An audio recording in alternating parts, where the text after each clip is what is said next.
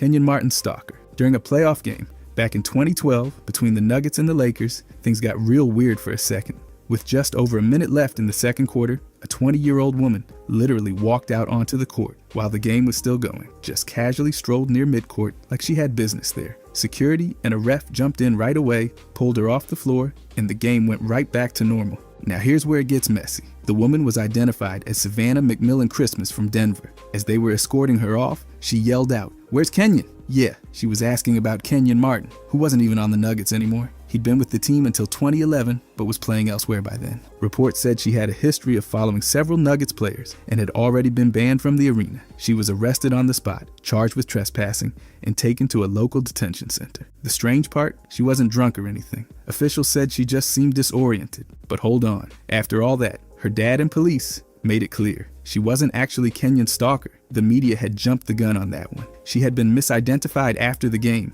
and no past stalking behavior had officially been connected to her. The confirmed truth, she walked on the court, shouted for Kenyon, got removed, and was charged for trespassing. She had been banned before, but there was no proof she'd stalked anyone. Everything else, that came from assumptions that didn't stick. Chris Anderson's investigation. Back in May of 2012, Chris Anderson's Colorado home was searched by law enforcement investigating potential child videos. Devices were seized, but he wasn't arrested or charged. He cooperated fully. The whole thing kicked off from a California tip, but it quickly unraveled into something way different. Turns out, he had met a girl named Paris Dunn, who told him she was 21. She was actually 17. Now in Colorado, 17 is the legal age of consent, but because she sent explicit photos, it opened the door for legal trouble since those still count. Then everything took a sharp left. Investigators found a Canadian woman named Shelley Lynn Chartier had been behind everything. She impersonated both Anderson and Dunn online, created fake profiles, wrote emails pretending to be multiple people,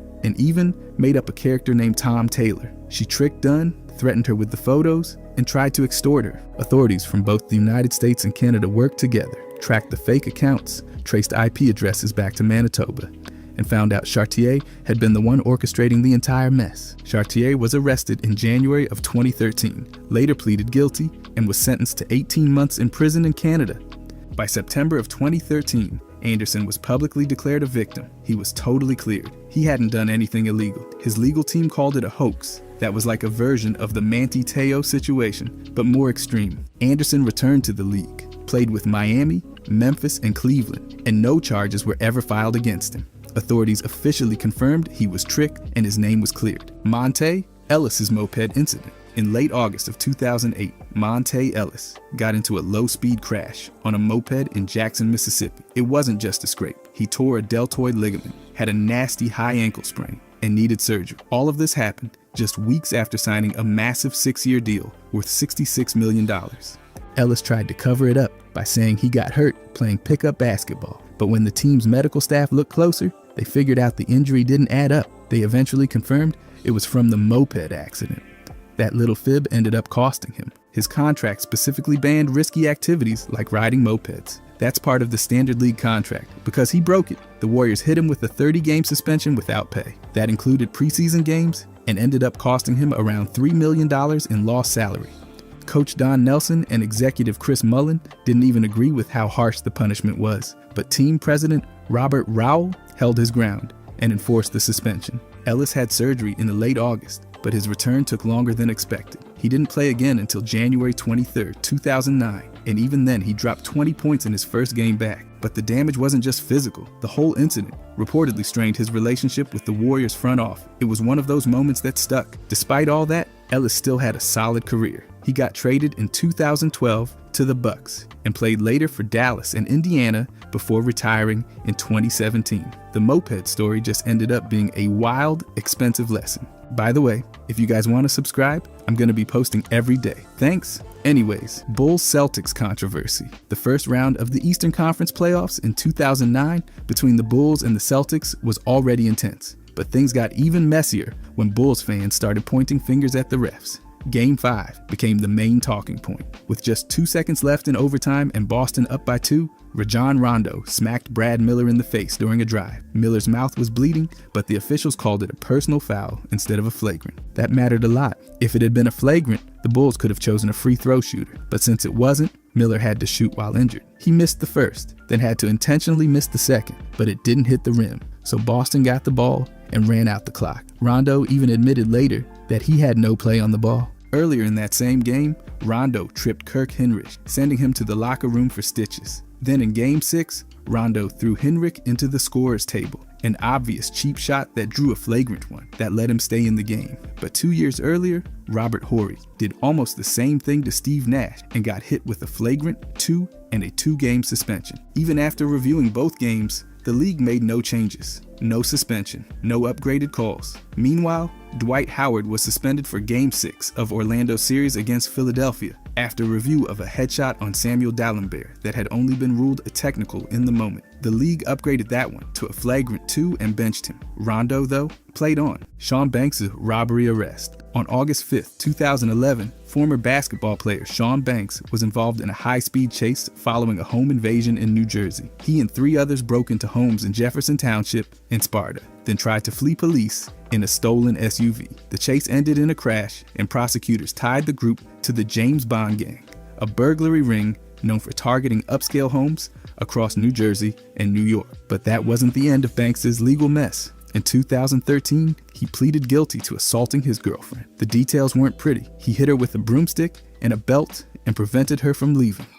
The court gave him probation and required counseling. Then came more trouble. In March 2014, an arrest warrant was issued because Banks didn't show up for sentencing tied to that same domestic violence case. That violation triggered new legal consequences, and by then, he was staring down the possibility of prison time for multiple charges. It's not clear exactly how the original burglary case wrapped up, but by 2014, Banks was tangled in overlapping court cases: burglary, assault, probation violations, and evading arrest. He'd once been considered a top prospect, but all those legal problems completely derailed any hope of reviving a basketball career. His time in the NBA and D-League had already fizzled out around 2011, and what followed was a steady decline into the criminal justice system. From being one of the most hyped high school players in the country to ducking court dates and facing prison time, Banks went from hardwood star to court defendant in just a few years. Eric Murdoch's Rutgers lawsuit. Eric Murdoch, former NBA guard, joined Rutgers in July of 2010 as director of basketball player development. He worked under head coach Mike Rice, supporting players on and off the court. But by June 2012, Murdoch started raising serious concerns about Rice's behavior: physical intimidation, verbal abuse, and homophobic slurs directed at players. Murdoch claimed Rice's actions broke school policy and New Jersey's anti-bullying laws. Despite flagging the abuse to Rice and athletic director Tim Pernetti, no action was taken. Later that year, Murdoch got his hands on practice footage through a public records request. The tapes showed Rice throwing basketballs at players' heads, shoving them, yelling slurs, and kicking during practices. In November, he showed a 40-minute edited video to Rutgers officials. Still, Rice was only suspended for 3 games and fined $50,000 in December. Then on July 2nd, Murdoch's contract wasn't renewed. Rutgers said it was due to an unrelated absence, but Murdoch believed it was retaliation. By April 5th, 2013,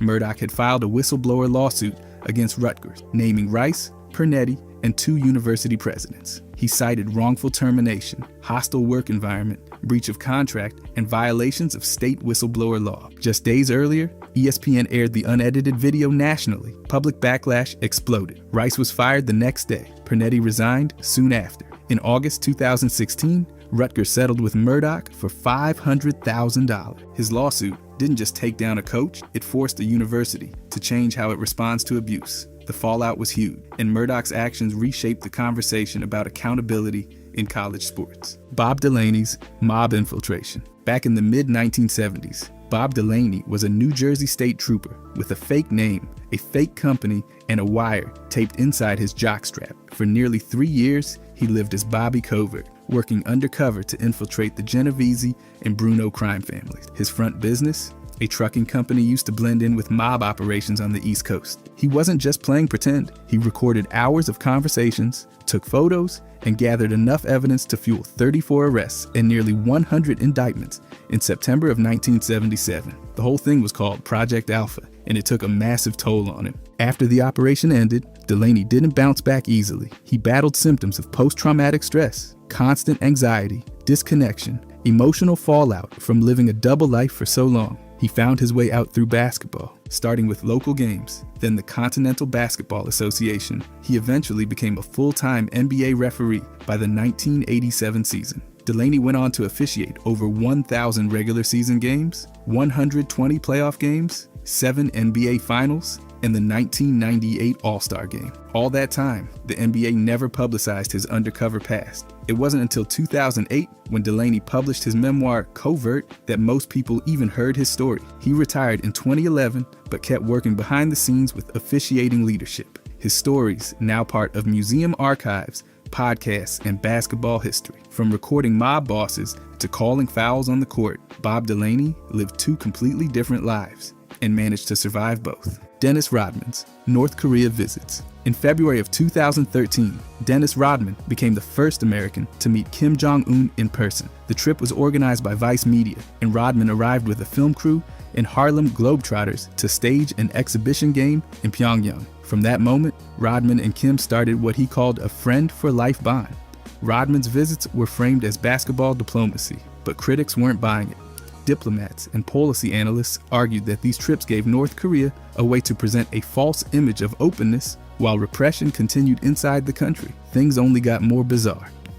In January of 2014, Rodman serenaded Kim with "Happy Birthday" during a game, then went on CNN and launched a rant, blaming imprisoned missionary Kenneth Bay for his own arrest. Rodman later walked that back, saying he'd been drinking at the time. He visited North Korea at least 6 times between 2013 and 2017. He trained their national basketball team, visited orphanages, gave out gifts, including a copy of Trump's Art of the Deal, and even brought presents for Kim's daughter. Speculation swirled about whether Rodman was acting as a back channel between Kim and Trump, but both sides denied any coordination. Rodman faced massive backlash. The NBA and Retired Players Association distanced themselves, and public reaction ranged from confusion to outrage. Critics warned that even if his intentions were genuine, the optics handed Kim a propaganda win. Still, Rodman's name popped up when Kenneth Bay was released later in 2014. Bay himself said the attention helped, but the U.S. government was clear. Rodman's visits were personal, not official. James Posey's DUI arrest. On April 9,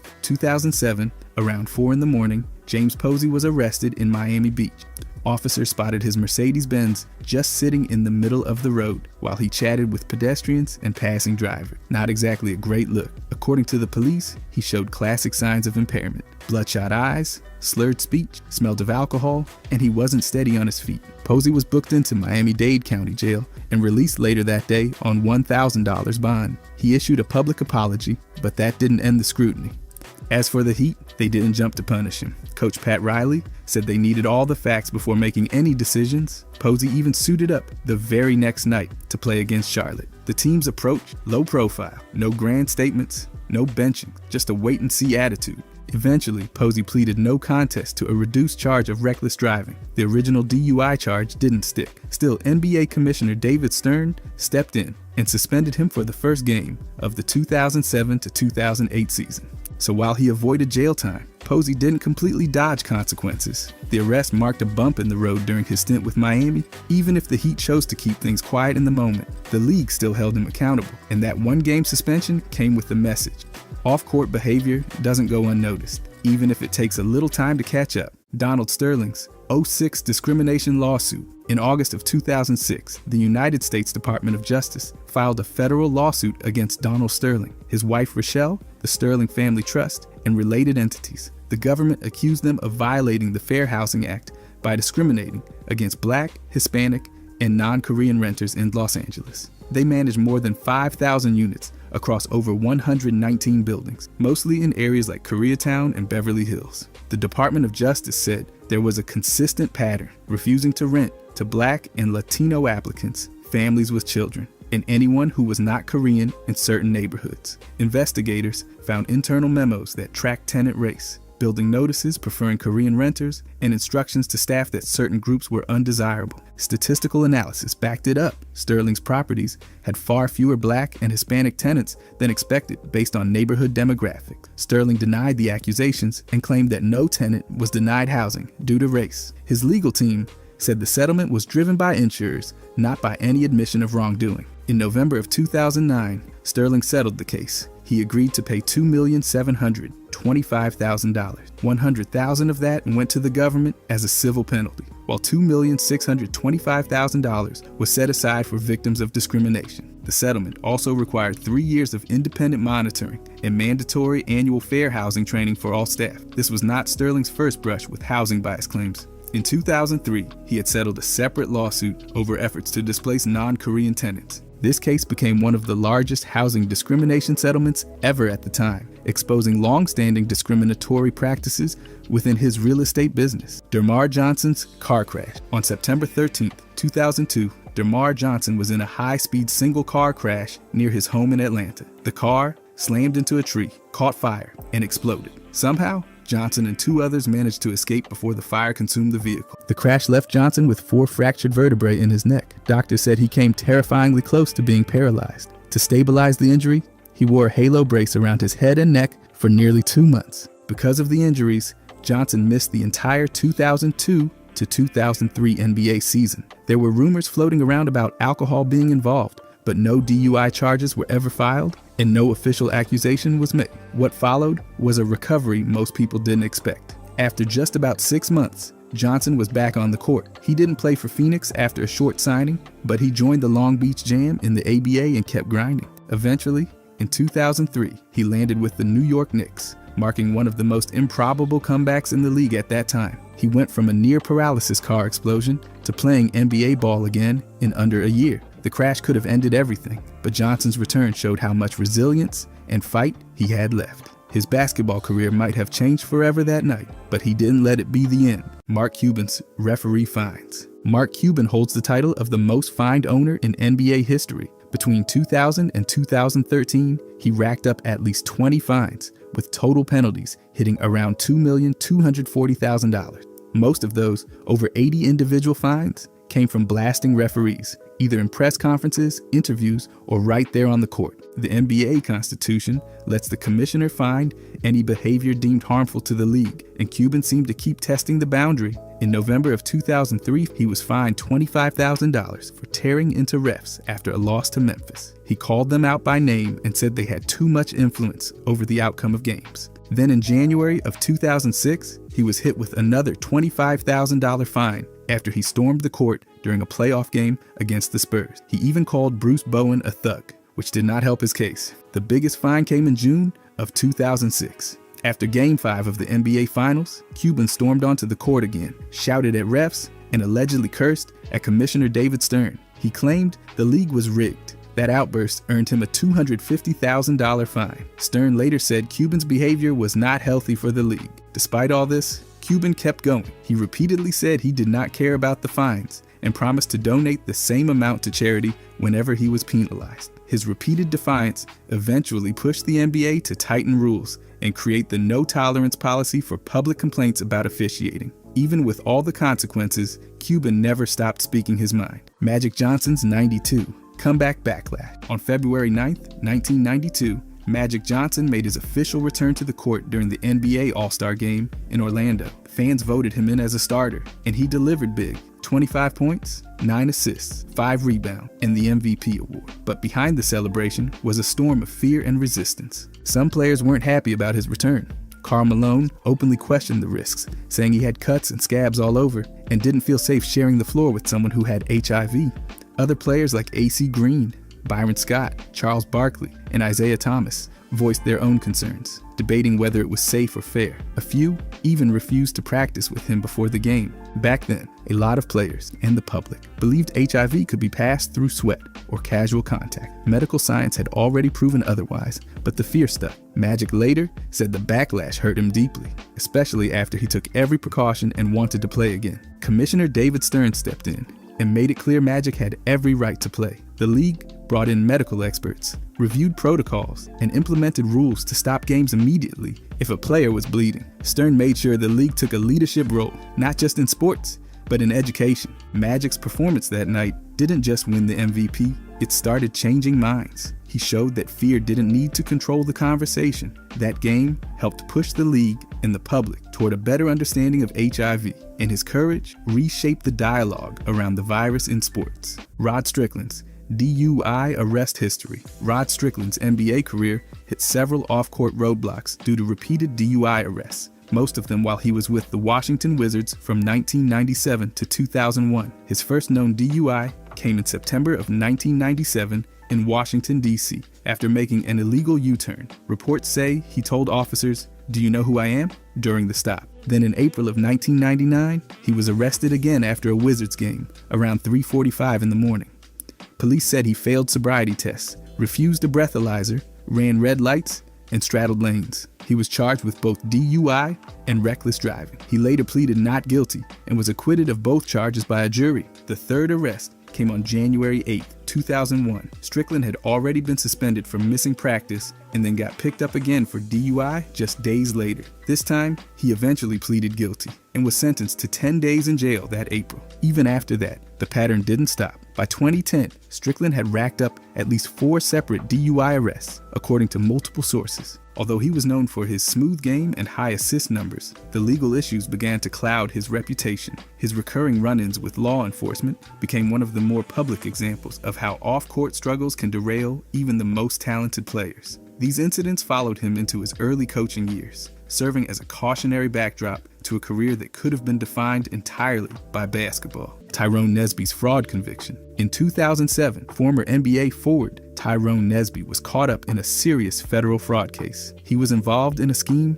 where false employment documents were used to help inflate auto loan applications. These fake verifications made it seem like borrowers had more income than they actually did, which helped them qualify for bigger car loans than they should have been approved for. Nesby's specific role involved submitting those falsified documents, basically forging or helping to forge job details to deceive lenders. It wasn't just a side hustle or a one-off mistake. It was part of a larger fraud network targeting dealerships and financial institutions. That level of involvement landed him a major sentence. He was convicted on charges including conspiracy, mail fraud, and wire fraud, and sentenced to 27 years and 4 months in federal prison. Despite how serious the conviction was, the story didn't get huge national attention. Nesby had a lower public profile after retiring from the NBA, so the media coverage stayed limited. But the legal consequences were major. Among former NBA players dealing with legal fallout post-retirement, this was one of the most severe cases in terms of sentencing.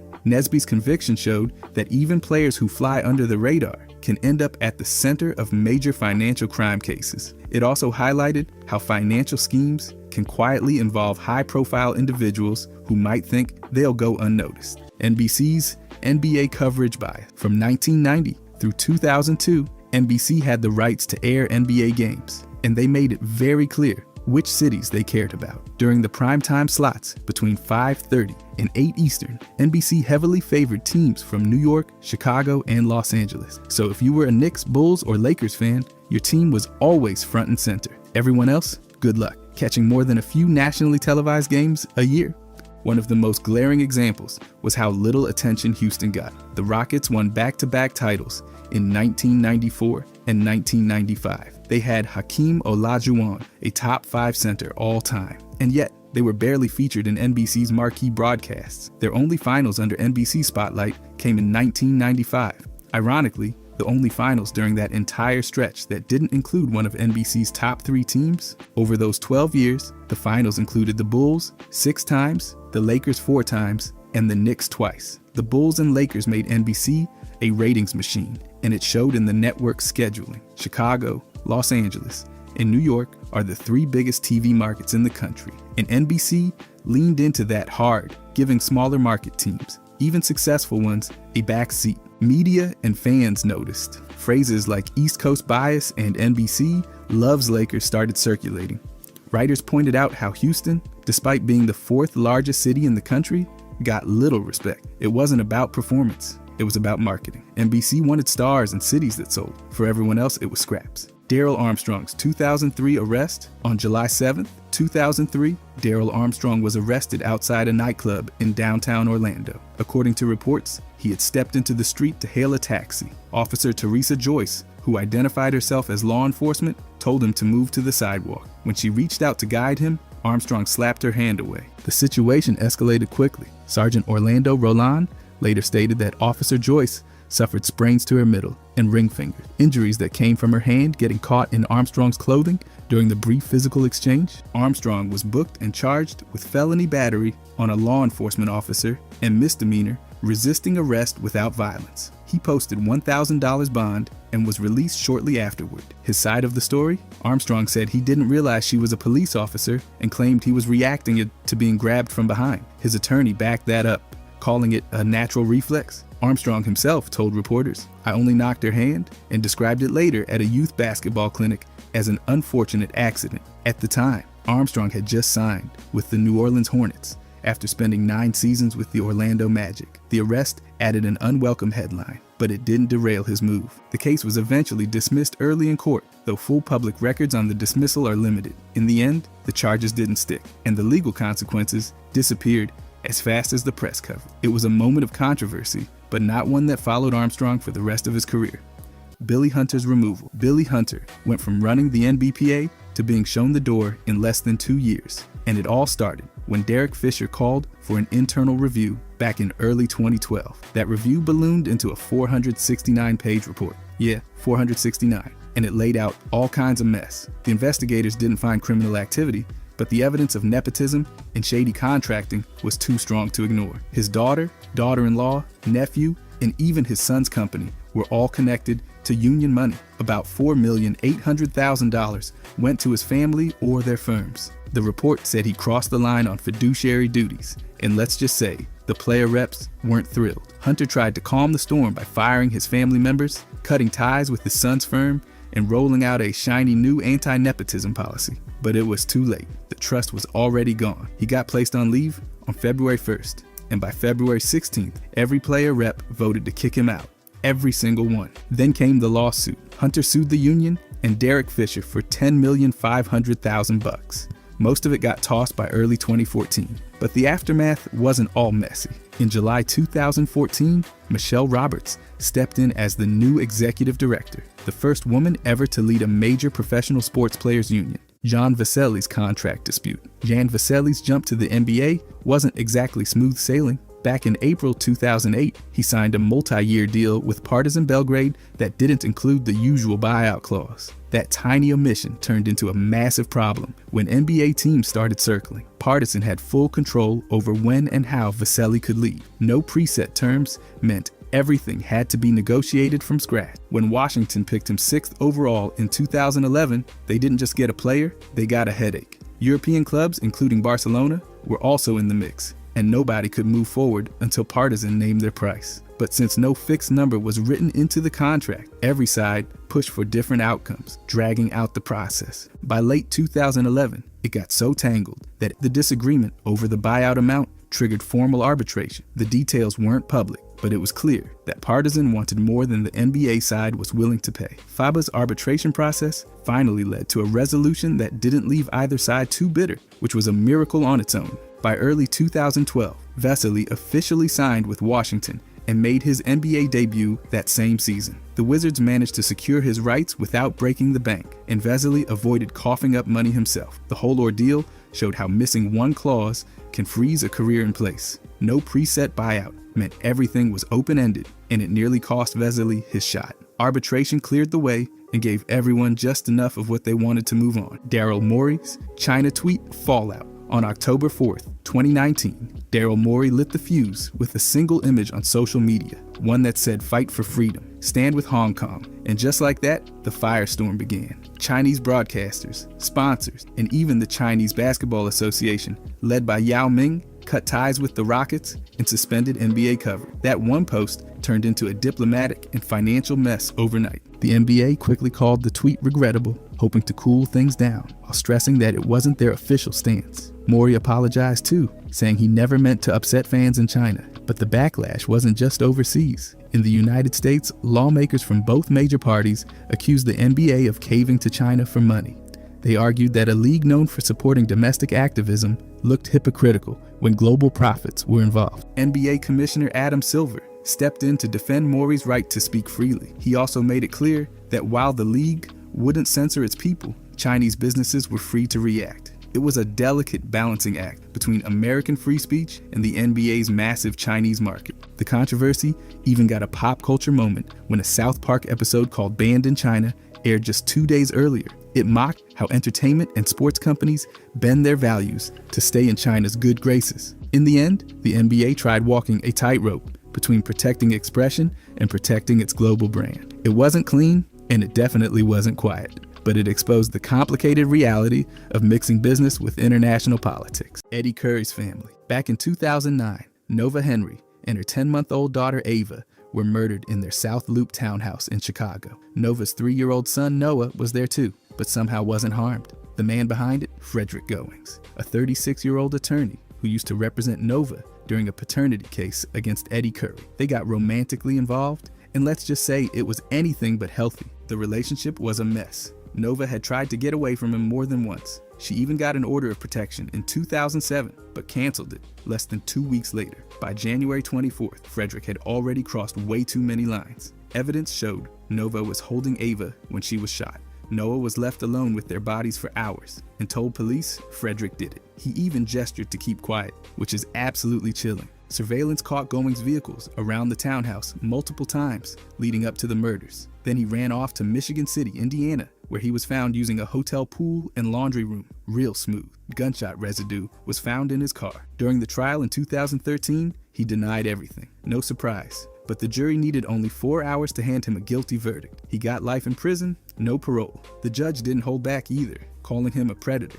Eddie Curry ended up with custody of Noah. Nova's family found a way to forgive, somehow. Her mother became a voice against domestic violence, hoping to stop others from falling into the same nightmare Nova couldn't escape. Robert Swift's downfall. Robert Swift went straight from high school to the NBA when Seattle picked him 12th overall in 2004. He was over 7 feet tall and had real potential, but everything unraveled fast. By the time he was 21, he'd already torn his ACL and missed an entire season. The next year, he tore his lateral meniscus. His body just couldn't hold up. Seattle passed on, re-signing him in 2009, and he faded from the league with barely a whisper. Despite earning around $11 million, Swift's money problems got loud quick. He bought a mansion in Sammamish, Washington in 2006, but by 2011, he stopped paying for it. The house went into foreclosure. He still wouldn't leave. When photos surfaced in 2013, the place was trashed. There was broken glass everywhere, spoiled food, holes in the walls, and heroin needles on the floor. Guns and ammo too.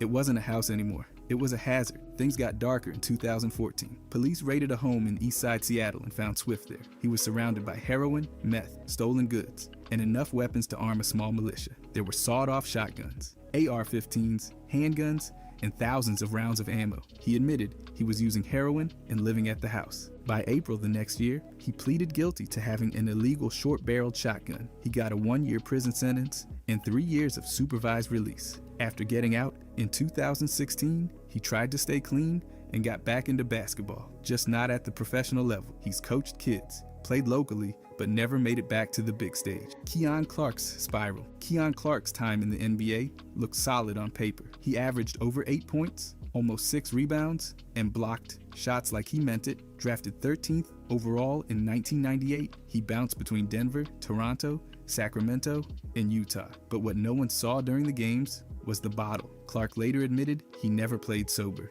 not once. He drank half to a full pint of gin every day and even snuck drinks at halftime. That started way back in high school and spiraled into full-on daily blackouts after his career ended. Instead of helping, the money and fame made things worse. By 2006, he was facing drug and gun charges and just didn't show up to court. He got slapped with a 30-month sentence, which got overturned because he didn't have proper legal help. But the problems didn't stop there. In 2013, he pleaded guilty to weapons and DUI charges from incidents the year before. One time, a loaded gun was found in his home while he was on parole. Another time, he crashed his car into a telephone pole while drunk. That sealed it. He got 8 years in an Illinois prison. He ended up serving 4 and got out in July 2017. Since then, he's been back in his hometown of Danville, trying to piece his life together. He's owned up to how bad things got and wants to turn things around. Clark's story isn't just a fall from the NBA. It's what happens when addiction takes over and there's no real help around. The talent was there,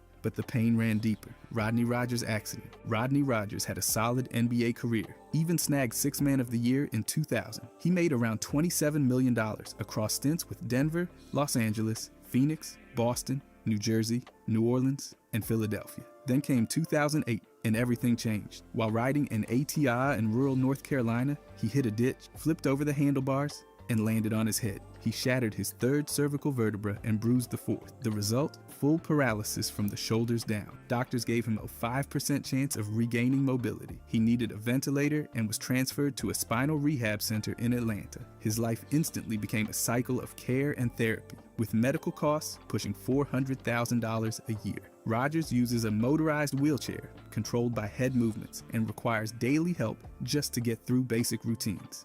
Emotionally, it hit hard. Depression and suicidal thoughts followed, but his fiancée, Faye Suggs, stayed by him. That support kept him grounded when everything else felt lost. Despite everything, Rogers didn't disappear. He launched a foundation to support others with spinal injuries and began public speaking, pushing awareness and sharing his story. Then in 2024, he filed a lawsuit against Blue Cross Blue Shield of North Carolina. They denied in-home nursing care that had already been declared necessary, which made his condition even harder to manage. Rogers lives with intense challenges every day, but he's turned pain into purpose. His life now centers on advocacy, hope, and resilience. Even when the spotlight's gone, his fight keeps going. And honestly, that says more than any stat line ever could. Nicky Van Exel's conviction. In 2010, the son of Nick Van Exel, Nicky Maxwell Van Exel, shot and killed his best friend, Bradley Bassie Ayo, inside his home in Garland, Texas. Prosecutors said the motive was brutal and calculated.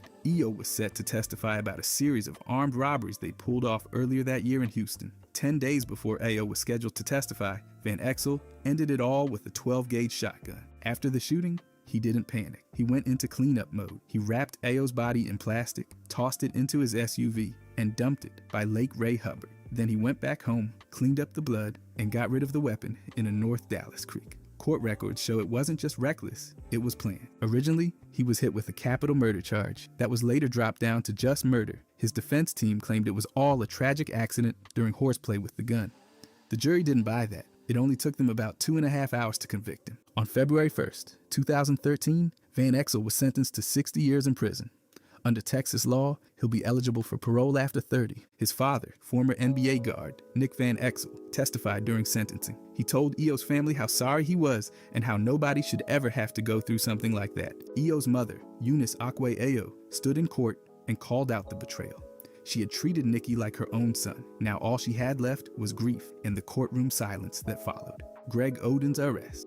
On August 7th, 2014, police showed up to a house in Lawrence, Indiana, after a domestic violence call around 3:30 in the morning. Inside, they found Greg Oden's ex-girlfriend with visible facial injuries, swelling, cuts, and blood on the furniture. The place was a mess. A flower pot had been knocked over, and a witness, the victim's best friend, told police that Oden had punched her in the face. Oden didn't try to dodge it. He admitted to the altercation and said he regretted what happened. At first, he was hit with 2 misdemeanor battery charges, but a few days later, on August 11th, things got more serious. He was formally charged with felony battery, causing serious bodily injury, along with 2 misdemeanors for domestic battery and battery causing injury. By December, he struck a plea deal. Oden pleaded guilty to the felony charge, and in exchange, the 3 other charges were dropped. In February 2015, the court sentenced him to 909 days of probation, a $200 fine, and mandatory domestic violence and alcohol counseling, 26 weeks of each. He was also slapped with a no-contact order, meaning he couldn't reach out to the victim. At the time, Oden was a free agent, having played for Miami the season before. His career had already been gutted by knee injuries, which had him in and out of lineups from the start. The arrest only deepened the decline of what was once supposed to be a dominant NBA future. Derrick Rose's PED controversy. Back in 2011, Derrick Rose was at the top of the NBA, an MVP and face of the Chicago Bulls. Then an interview in ESPN, the magazine, dropped and things got weird fast. In it, Rose was asked to rate how bad performance-enhancing drug use was in the league. The scale ran from 1 to 10, and he supposedly said 7. His exact words? It's huge, and I think we need a level playing field, where nobody has that advantage over the next person. Naturally, that stirred the pot. The media ran with it, fans debated it, and the league's image took a hit. But then Rose, through the Bulls, backtracked. He said he didn't even remember being asked that question, and if he did answer like that, he must have misunderstood what was being asked. He denied believing there was a PED problem in the NBA at all. Meanwhile, ESPN didn't blink. They stood by their reporting, said the interview happened in November 2010, and that the quote was accurate. According to them, the reporter got it right, and the quote wasn't taken out of context. So now it was a classic case of player versus publication. No follow-up clarification came from Rose. No correction came from ESPN. The quote stayed in the public record, and so did the denial. It left fans stuck in the middle, unsure whether to take the league's clean image at face value or start wondering what really happens behind the scenes when the cameras are off. Shawn Kemp's legal trouble. Shawn Kemp's post-NBA years haven't exactly been smooth sailing. Back in 2005, he was sitting in a parked car in Shoreline, Washington, when police rolled up because of the strong smell of marijuana. They searched the car and found about 60 grams of marijuana, some cocaine, and a semi-automatic pistol. He got arrested and later pleaded guilty to trying to possess more than 40 grams of marijuana. Fast forward to 2006 in Houston, Texas. Different city, same issue. Kemp was pulled over because his car had no license plate. The officer smelled burning marijuana, and the search turned up less than 2 ounces. He was charged with misdemeanor possession and released on a $500 bond. Then came 2023. Kemp tracked his stolen cell phone to the Tacoma Mall parking lot. What followed was not your typical lost phone situation. According to reports, a confrontation took place and shots were fired. Kemp claimed he was fired at first and only shot back in self-defense. Initially, no charges were filed, but on April 14th, he was formally charged with first-degree assault. In May, he pleaded not guilty. His legal team says the people involved had criminal histories, and Kemp was just protecting himself. His trial is set for May 27th, 2025. Kemp's been through multiple arrests and now faces a serious charge. From all-star status to courtrooms and controversy, his life off the court has taken a sharp turn. The next chapter depends on how that trial plays out. Anthony Grundy's tragedy. Anthony Grundy had a solid basketball career, but what followed was a downward spiral. In 2011, he got busted in Wake County, North Carolina for habitual impaired driving, his 4th DWI. But instead of facing the charges, he left the country and headed to Ghana. For years, he avoided the U.S. legal system until 2017, when he tried to re-enter through Queens, New York. That did not go well. He was arrested and later sentenced to 2 years in prison. The charges stacked up: felony DWI, 5 counts of skipping court, and 2 probation violations. Then things got worse. In June 2019, Grundy hit a 59-year-old woman with his car on Dixie Highway in Louisville, Kentucky. He left the scene. The woman didn't survive. Grundy turned himself in 8 days later and admitted he didn't have a license. His car wasn't insured and the plates were expired. Just a cascade of bad decisions that ended with someone losing their life. 5 months after that incident, on November 14th, he was stabbed during a domestic dispute in Louisville. Police found him on Muhammad Ali Boulevard with multiple stab wounds. He died at the hospital at just 40 years old. Grundy's post-basketball life was full of legal trouble, poor choices, and eventually a violent end. He'd played all over the world and even made it to the NBA. But once the game stopped, everything unraveled. It's a rough reminder that the challenges athletes face after retirement don't always play out in public until it's already too late. Michael Ray Richardson's band. Michael Ray Richardson went 4th overall in the 1978 draft and exploded onto the scene.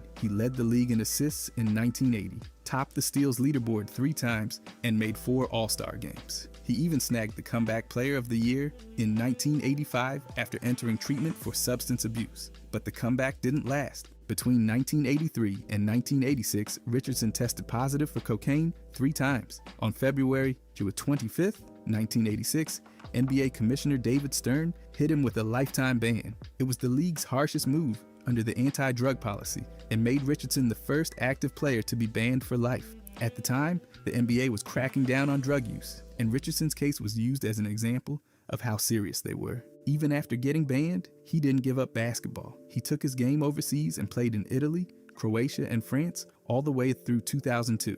After that, he moved into coaching in smaller leagues like the CBA and the NBL Canada, where he actually won championships. In 2023, Richardson released a memoir called Banned. It digs into everything: his rise, the addiction, and what came after. These days, he's not just talking about the past, he's running youth basketball clinics, working as a kindergarten teacher, and co-owning a beauty salon with his wife. His story runs the full range: stardom, collapse, survival, and reinvention. The league might have closed its doors on him, but Richardson found his way back into something that mattered, even if it wasn't in front of packed arenas anymore. Steven Jackson and Steve Francis's nightclub fight. In September 2013, a Houston nightclub turned into a low-light reel when Steven Jackson and Steve Francis got into it during a live performance. Jackson, who was going by his rap name, Stack 5, was on stage when Francis came up behind him. Whatever was supposed to happen clearly didn't, because Jackson ended up with his hand on Francis's throat. The whole thing was caught on video and made the rounds online. Social media got loud fast, but legally,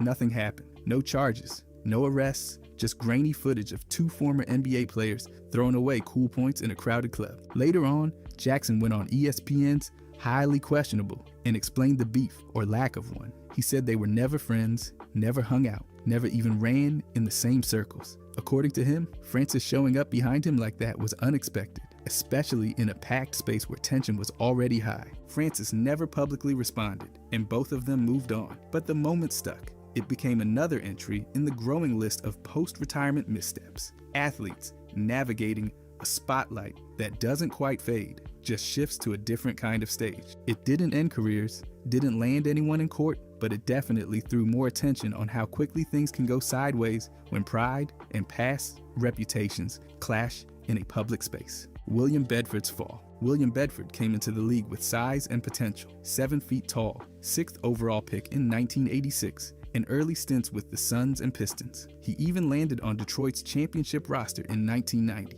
But off the court, things were unraveling. Drugs pulled him away from the game and eventually ended his NBA career. After basketball, his addiction didn't fade. It grew. In 2001, police in Michigan caught him transporting 25 pounds of marijuana. That should have been a wake-up call, but things got worse. By 2003, Bedford was convicted of possessing cocaine with intent to distribute. That landed him a 10-year prison sentence. Prison wasn't just time served, it was survival. Bedford talked about near violence, threats, and navigating constant danger. For a guy who once stood under NBA lights, that fall was steep. Watching his former team win the title while he sat in rehab only made it more painful. After getting out in 2011, Bedford tried to turn the page. He started mentoring and coaching, using his experience to warn others about what happens when choices spiral. He shared his story with young athletes, showing them how fast things can slip and how hard it is to climb back. From NBA champion to a decade behind bars, Bedford's journey doesn't wrap up cleanly, but he's out there trying to make a difference now. Lessons learned the hard way, passed down to keep someone else from going the same route. Leon Smith's breakdown. Leon Smith's path to the NBA was built on raw talent and tough circumstances. Raised in foster care after being removed from his home at 5, he became a high school standout in Chicago, averaging over 25 points and 14 rebounds a game. The San Antonio Spurs took him 29th overall in the 1999 draft, then traded him to Dallas. Once with the Mavericks, things unraveled. Smith refused to play in the minors or overseas, demanding an NBA roster spot. That friction with the team limited his chances. Then, in November of that same year, things got tragic. Smith had a full mental health crisis. He smashed a car window with a rock and tried to take his own life by swallowing around 250 aspirin. He was hospitalized in a psychiatric facility immediately after. Not long after his release, Smith got arrested twice within 24 hours for threatening his ex-girlfriend and damaging property. The Mavericks suspended him and bought out his contract for $1.2 million, spread out over 10 years. By February 2000, he was released. Smith kept trying to bounce back. He played in minor leagues, had short stints with Atlanta and Seattle, but never locked in a permanent role. His journey showed how the NBA spotlight can blindside players who aren't prepared mentally or emotionally, and how fast promise can fade without support. The league often talks about development, but for Smith, the lack of structure off the court proved more damaging than anything on it. Talent got him there. The absence of care kept him from staying. Darius Miles collapsed. Darius Miles came into the NBA as a teenage phenom and walked away with $62 million in career earnings. But by 2016, he was filing for bankruptcy. His reported assets sat around $460,000, while his debts ballooned past $1.5 million. Nearly $300,000 of that was owed to the IRS. Bad investments and legal problems drained him. One of those legal issues came in 2011. Miles was arrested at Lambert, St. Louis International Airport after security found a loaded gun in his carry-on. He was booked for unlawful use of a weapon and later released. It added one more hit to a reputation already bruised by injuries in a career that fizzled out too soon. But the biggest blow came off the court. In 2018, Miles published a brutally honest piece in the Players Tribune.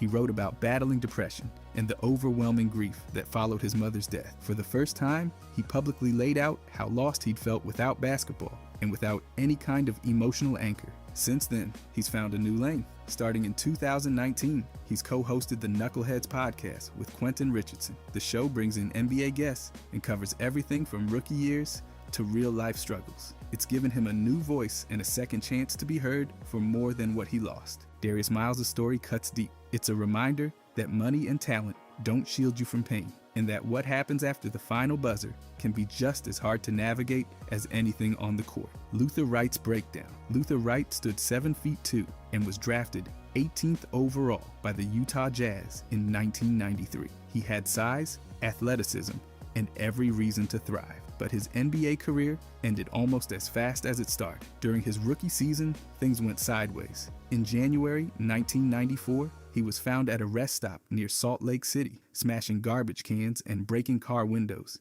That meltdown landed him in a psychiatric facility. Doctors diagnosed him with bipolar disorder, and not long after, the Jazz let him go. After that, Wright's life spun out. Substance abuse took over. He ended up homeless, wandering streets with no plan, no resources, and no real help. At one point, he lost 2 toes to frostbite while living outside. He went from NBA courts to sleeping rough, just trying to survive each day. Eventually, Wright found something to hold on to. He connected with Morning Star Community Christian Center in Linden, New Jersey. Through the church, he got a support system and a reason to keep going. He also wrote a book, A Perfect Fit, where he opened up about the struggle, the collapse, and the attempt to find peace. His story isn't about a comeback to basketball. It's about clawing back from nothing, from mental illness and addiction, and learning to keep living anyway. Wright's fall was steep, but his survival is something most people never see. He didn't make it as an NBA star, but he's still standing, still speaking, and still fighting to stay steady in a life that started with nothing and spun out of control fast. Melvin Turpin's suicide. Melvin Turpin made his name at the University of Kentucky, where he earned All-American honors and helped take the Wildcats to the Final Four in 1984. That same year, he was drafted 6th overall by the Washington Bullets and then traded to the Cleveland Cavaliers. But his pro career never lived up to the college hype. Turpin played 5 seasons in the NBA with Cleveland, Utah, and Washington. He averaged 8.5 points and just under 5 rebounds per game, but constant struggles with weight slowed him down. What should have been a dominant career as a 7-footer faded into the background fast. After the league, Turpin lived quietly. He took a job as a security guard, including a post at the University of Kentucky Hospital. People described him as kind and approachable, someone who didn't talk much about basketball, but didn't push people away either. On July 8, 2010, Turpin was found dead in his Lexington, Kentucky home from a self-inflicted gunshot wound. He was 49. The coroner confirmed it as suicide, but no note was publicly reported. His death shocked the Kentucky basketball community. Former teammates and coaches remembered him as gentle, talented, and deeply private. Turpin's story points to a bigger issue: the quiet battles many former athletes face after the game ends. Fame disappears. The routines vanish. The spotlight moves on. For Turpin, the silence became too much. His death left questions unanswered, and another reminder that success on the court doesn't always mean peace off of it. Walter Davis's addiction. Walter Davis was one of the smoothest scorers the NBA had in the late 70s and 80s. 6-time All-Star, face of the Suns, and a master of the mid-range game. But behind the stats was a battle he eventually couldn't hide. In December 1985, after torching Golden State for 43 points, Davis checked himself into rehab in Pasadena. He admitted he was struggling with cocaine and alcohol, owned it publicly, and said he wanted to get clean. After a 29-day stay, Davis came back in January 1986 and kept playing well, but it didn't last. By April 1987, he relapsed and ended up back in treatment. During that period, the league was already under pressure from a growing drug scandal, and Davis's name got pulled in. He wasn't charged, but his testimony led to the indictment of several Suns players. As a result, Davis was suspended without pay for the final game of that season. The league's drug policy at the time made things simple. A third violation could mean a lifetime ban. The Suns still brought him back the next year, but between back problems and the weight of the scandal, his performance slipped. After the 1987-88 season, they let him walk. He finished his playing days with Denver and Portland before retiring in 1992. Afterward, Davis patched things up with Phoenix, joined their broadcast team, and scouted talent. The Suns retired his number 6 in 1994. In 2024, he was posthumously inducted into the Hall of Fame. Walter Davis showed what grace looks like on the court and how hard it is to carry that same grace off of it. Chris Gatling's scam. Chris Gatling, once an NBA All-Star, known for his hustle and mid-range touch, ended up with more headlines off the court than he ever did on it after retirement. In December 2017, he was sentenced to 2.5 years in prison for running a telemarketing scam that specifically targeted elderly victims in Arizona. From October 2014 through February 2015, Gatling promised fake website packages to seniors, telling them they'd earn passive income each month. It was all lies. He collected over $155,000 from 12 victims. Some gave up their life savings. Instead of delivering anything, he used the money on himself. Clothes, restaurants, entertainment, everything but what was promised. The court hit him with more than prison time. He was also ordered to pay back $167,000 and will be on probation for 3 years once released. And this wasn't even his first post-NBA legal mess. In 2013, he got caught illegally living in a Paradise Valley home he didn't own, then trying to rent it out like he did. He pleaded guilty to theft and forgery and got 4 years probation. Gatling's fall is another reminder of how badly things can go when the structure of pro sports disappears. From All-Star Weekend to courtrooms and cons, his path shows how the spotlight can fade into shadows real fast when decisions start spiraling. Terry Furlow's crash. Terry Furlow was 25 years old and coming off the best season of his NBA career when it all ended. On May 23, 1980, he was driving his 1979 Mercedes-Benz at around 120 miles per hour on Interstate 71 near Lindale, Ohio. He lost control and crashed into a utility pole. The collision killed him instantly. The autopsy told a brutal story. Cocaine and Valium were in his system. Open beer cans and marijuana were found in the car. The combination painted a clear picture of a young athlete battling more than defenders. Furlow had just averaged 16 points and 4 assists in 55 games for the Utah Jazz during the 79-80 season. It was his 4th year in the league after playing for Philadelphia, Cleveland, and Atlanta. He had been a star at Michigan State, leading the Big Ten in scoring during his senior year. But substance use was already a growing problem in the league, and Furlow became one of the earliest high-profile examples of how deep it ran. His death sent shockwaves through the basketball world.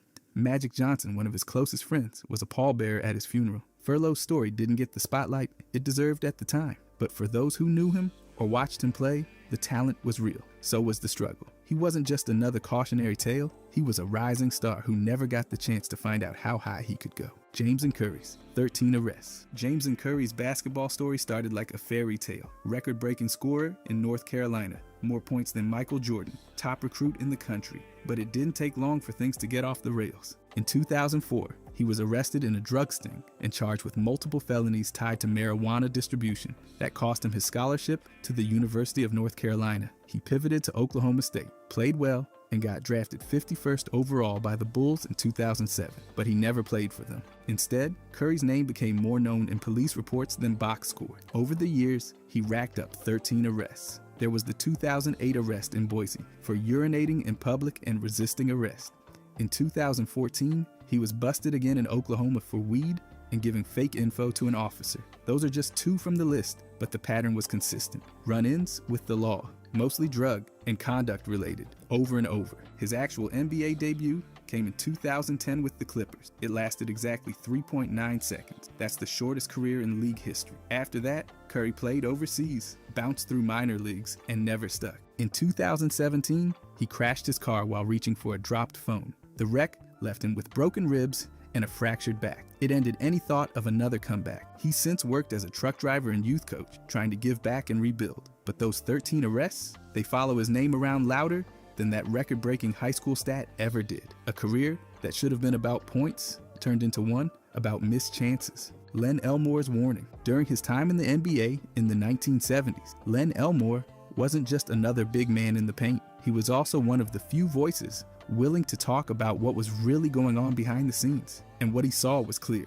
Drug use was everywhere. Elmore has openly described how substance abuse, especially cocaine, ran through locker rooms during that decade. It wasn't just a few isolated cases, it was cultural. Players used it casually, even openly, and the league had no serious enforcement or structure to deal with it. That era of the NBA was flashy on the surface, but underneath Addiction and recklessness were taking root. This wasn't a basketball problem alone. It mirrored what was happening in the country at the time. But in the NBA, where fame, stress, and money collided, the effects hit hard. Elmore's accounts matched what journalists and insiders later confirmed. Players were spiraling, and the league had no plan. It wasn't until the 1980s that the NBA started putting real drug policies in place. By then, several careers had already burned out. Elmore's perspective helps connect those dots, how the league's golden age was also a warning sign, and how ignoring the off-court realities came at a heavy price for a generation of talent. Alvin Robertson's legal troubles. Things got messy fast for Alvin Robertson, and they never really let up.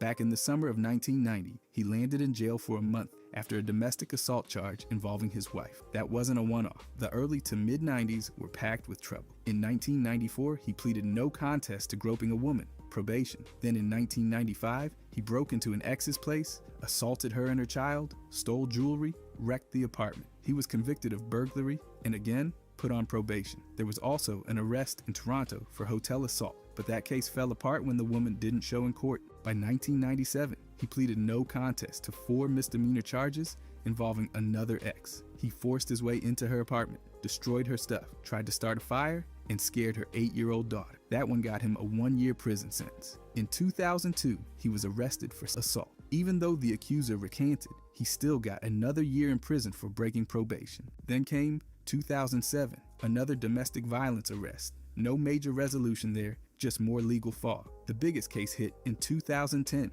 when he was arrested for trafficking and assault of a minor. He stayed in jail with bond climbing to $450,000. After 5 long years, a jury found him not guilty on every count. And just when it seemed done, 2018 brought another arrest, this time for breaking a protective order. All this buried his defense legacy. The legal battles ended, but the fallout's still trailing him. Years later, Sean Bradley's paralysis. It happened on January 20th, 2021, in St. George, Utah. Bradley, riding his custom bike, swerved slightly to avoid a parked car. That's when a Dodge minivan hit him from behind. He flew across the hood and hit the ground headfirst. His helmet cracked under his 300-pound frame. He was paralyzed on the spot. Arms, legs, even breathing, gone. Only his eyes were moving. Doctors diagnosed a traumatic cervical spinal cord injury. That meant paralysis from the chest down. He had surgery to fuse his neck, spent almost 3 weeks in the ICU, and started rehab right after. Now, because he's 7'6", nothing is easy. Beds, therapy gear, transportation, all of it had to be customized. He uses a 500-pound electric wheelchair and a mechanical lift just to get out of bed. His home had to be retrofitted, and he's planning a more accessible place in Dallas. Even with that, his day includes constant repositioning to avoid pressure sores. Caregivers turn his body, help with transfers, and assist with therapy. He's working hard to gain independence. He can use his arms a bit, enough to eat with special utensils. Mentally, it's brutal. Bradley and his wife have spoken openly about the emotional weight, even about suicidal thoughts. But he's pushed through, leaning on his faith and family. He wants to advocate for cycling safety and spinal injury awareness. Before the accident, he played 14 seasons in the league, blocked shots like it was nothing, and stayed active in education and ranching after retirement. Now, it's a new fight, one that's all about progress, even if it comes slow. Ryan Anderson's tragedy. On August 12, 2013, Ryan Anderson's life flipped upside down. After a heated argument with his girlfriend, Gia Alleman, he returned to her apartment in New Orleans and found her unresponsive. She'd used a vacuum cord to hang herself. Anderson tried to save her, but she passed away the next day at just 29. He said his world collapsed. He felt guilt, shame, and a crushing sense of failure. After that, he withdrew completely. Back in California, he lived with his parents, barely eating, barely speaking. Applesauce and yogurt became his diet. He shut out everyone except his Bible. That silence stretched for weeks until September. When he returned to New Orleans, his teammates didn't push him to talk. They just made him feel normal again, and that mattered. By October, he was back on the court. Basketball became his escape. He averaged close to 20 points and started gaining buzz as a sixth man or maybe even an all-star. But then January 3rd happened. In Boston, he collided with Gerald Wallace and ended up with 2 herniated discs in his neck. That was it. Season over. He missed 51 games and needed surgery. But his story didn't stop there. Anderson poured himself into mental health advocacy. He co-founded a foundation in Gia's name, walked 18 miles for suicide awareness, recorded messages for support campaign, and visited women's shelter. He started using his platform to talk openly about grief and suicide prevention. His story doesn't have the drama of legal trouble, but it's one of the most heartbreaking in NBA history. Emotional loss, physical pain, and the will to keep going. It's easy to miss, but hard to forget. Bruce Bowen's kick controversy. It happened on March 1st, 2002, when San Antonio took on Minnesota at the Target Center. Bruce Bowen was closing out on Wally Szczerbiak, who was going up for a three. In that instant, Bowen's leg shot up and smacked Wally right below the eye. The referee somehow ruled it an offensive foul. On Wally, that did not hold up long. The league reviewed the tape and changed the call to a flagrant foul. Bowen got slapped with a $7,500 fine for the high kick. Still, both players stayed in the game, and the Spurs won 85-77. Bowen didn't act like it was a big deal. He later said Wally ran his face into Bowen's foot. That's one way to describe it. He brushed the whole thing off as an accident. Awkward, sure, but not intentional. Now, this wasn't some random fluke in a spotless career. Bowen had a history of getting in the middle of things like this. He built a reputation as a defensive menace, constantly testing how far he could push it without crossing the line. This kick just added fuel to that fire. The timing, the contact, the fact that Wally stayed in the game, all of it kept the moment from blowing up even more. But the league made its statement with the fine. It wasn't a suspension, but it said enough. This wasn't clean defense. Bowen's career thrived on riding that edge. Plays like this, incidents that feel split between reckless and calculated, are why his name still sparks debate. When fans talk about the dirtiest defenders in league history, Maurice Stokes's brain injury. On March 12, 1958, Maurice Stokes hit his head hard, driving to the basket during a game against Minneapolis. He blacked out, got revived with smelling salts, and somehow finished the game. 3 days later, after putting up 12 points and 15 rebounds in a playoff game, things took a turn.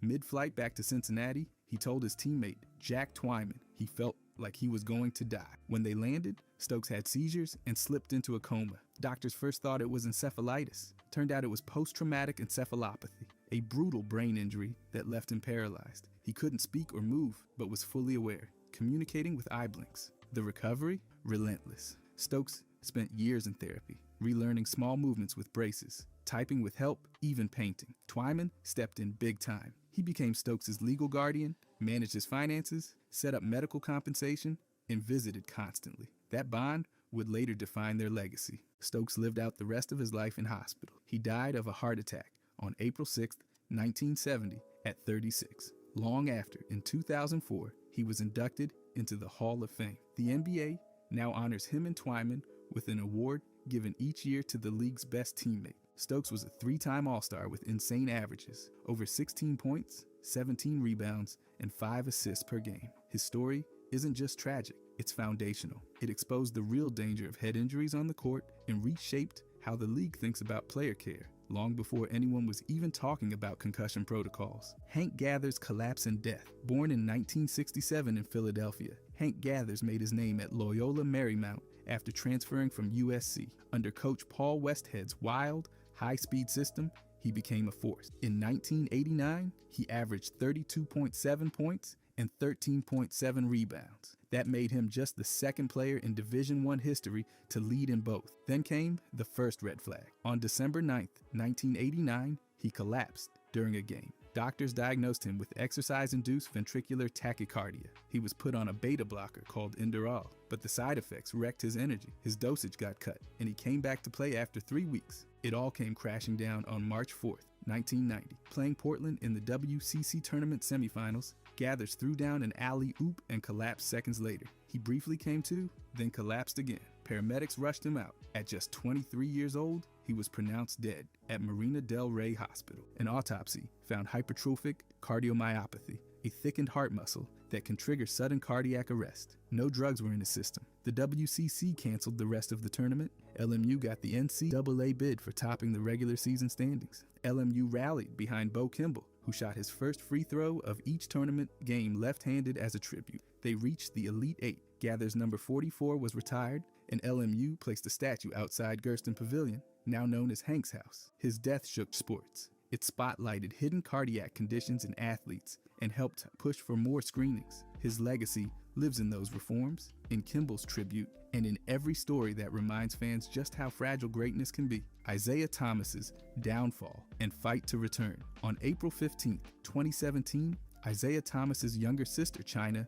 died in a car crash. The next day, He played in Game 1 of the playoff series, scoring 33 while wearing sneakers that said China, R.I.P., Lil Sis. He broke down during warm-ups. Teammates rallied around him, but no one could fix the heartbreak. That same postseason, he was playing through a torn right hip labrum. It started with a March collision and got worse in May, during the series against Washington. Thomas later said he used the games to numb the grief. The pain didn't stop him from leading Boston through the playoffs, but it destroyed his body. After the season, he was traded to Cleveland in August. The Cavs found his hip so bad during the physical, they nearly scrapped the deal. He never got the big contract everyone expected. He was close to a $200 million deal, but after the injury, he made just over $10 million total. From there, he bounced around. Short stints with the Cavs, Lakers, Nuggets, Wizards, Pelicans, Hornets, Mavericks, and Suns. Never locked in. From 2019 to 2023, he mostly stayed unsigned or lived on 10-day contracts. The G League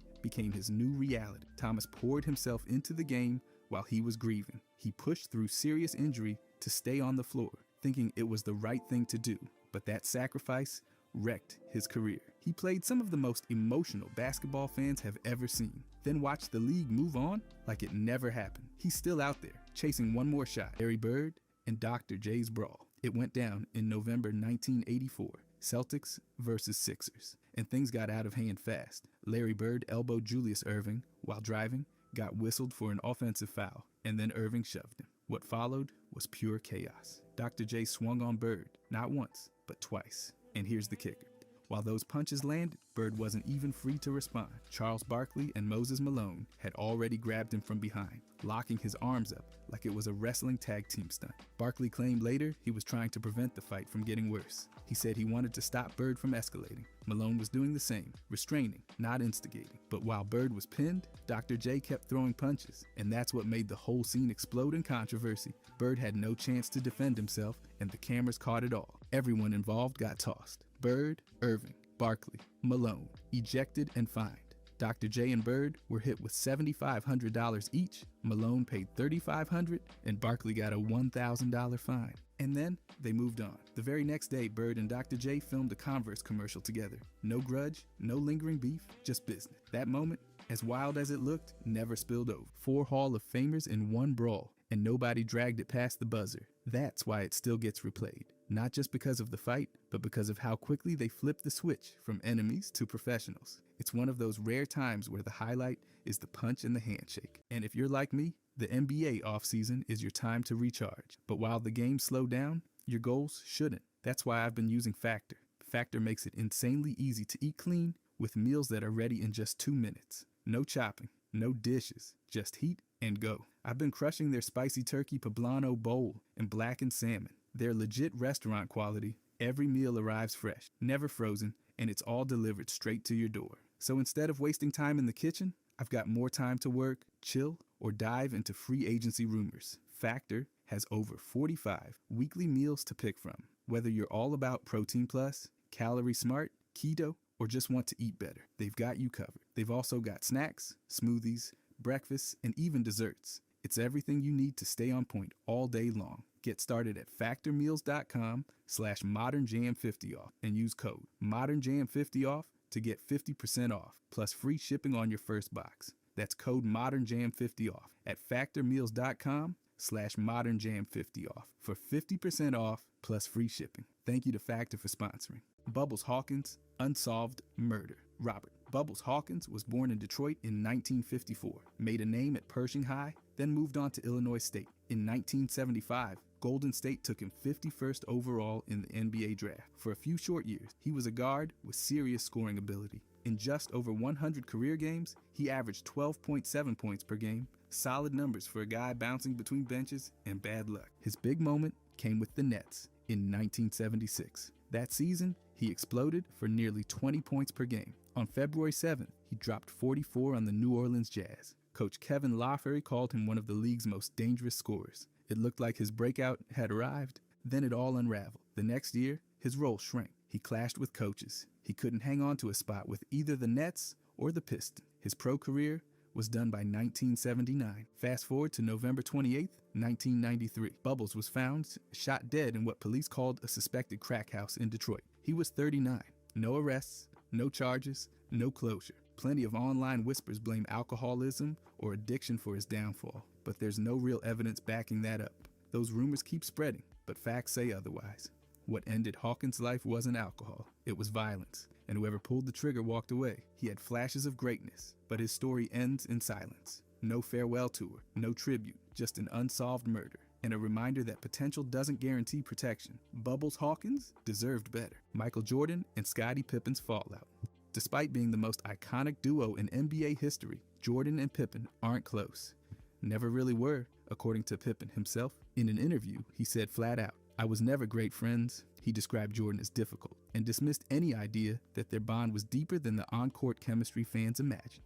The real break came in 2020 with The Last Dance. Pippen wasn't happy with how he was portrayed. He felt Jordan used the documentary to glorify himself and minimize everyone else. He said Jordan made around $10 million, while the rest of the team got nothing. And it showed. Pippen thought the series painted him as selfish and weak, especially when it came to the '94 playoff moment. He sat out the final seconds. Pippen says they haven't spoken since. Not a call, not a message, nothing. And when the Bulls honored them both in the Ring of Honor in 2024, Jordan didn't show up. No surprise there.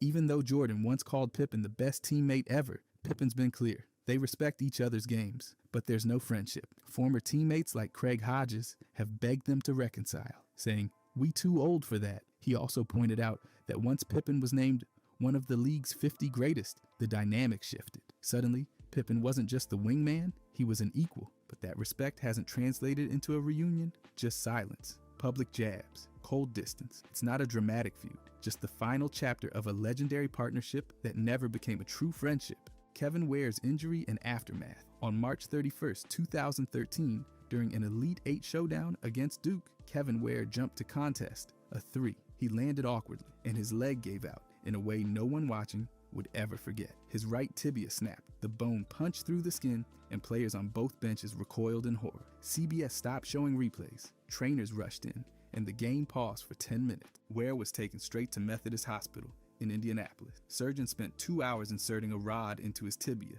and stabilizing the break. It was a full compound fracture. Tibia and fibula both snapped. Doctors later said these injuries are more common in car wrecks than basketball games. Some blamed undetected stress fractures. Others pointed to possible vitamin D or calcium deficiencies that may have weakened his bones. Even with bones sticking out of his leg, Ware told teammates, "Win the game." They listened. Louisville crushed Duke 85-63, then went on to win the national title, though the NCAA would later vacate that win. Coach Rick Pitino brought Ware the regional trophy in the hospital. Everyone on the team was wrecked emotionally. Ware, calm and clear. Recovery wasn't quick. He redshirted the following season and eventually transferred to Georgia State. There, he won conference tournament MVP in 2015. He later played overseas, continuing his career far from the March Madness spotlight. That moment, the leg snap, the bench in tears, Pitino speechless, still sticks. It forced a national conversation about athlete health, college sports pressure, and how media handles trauma. Ware's story became about more than one play. It became a symbol of how fast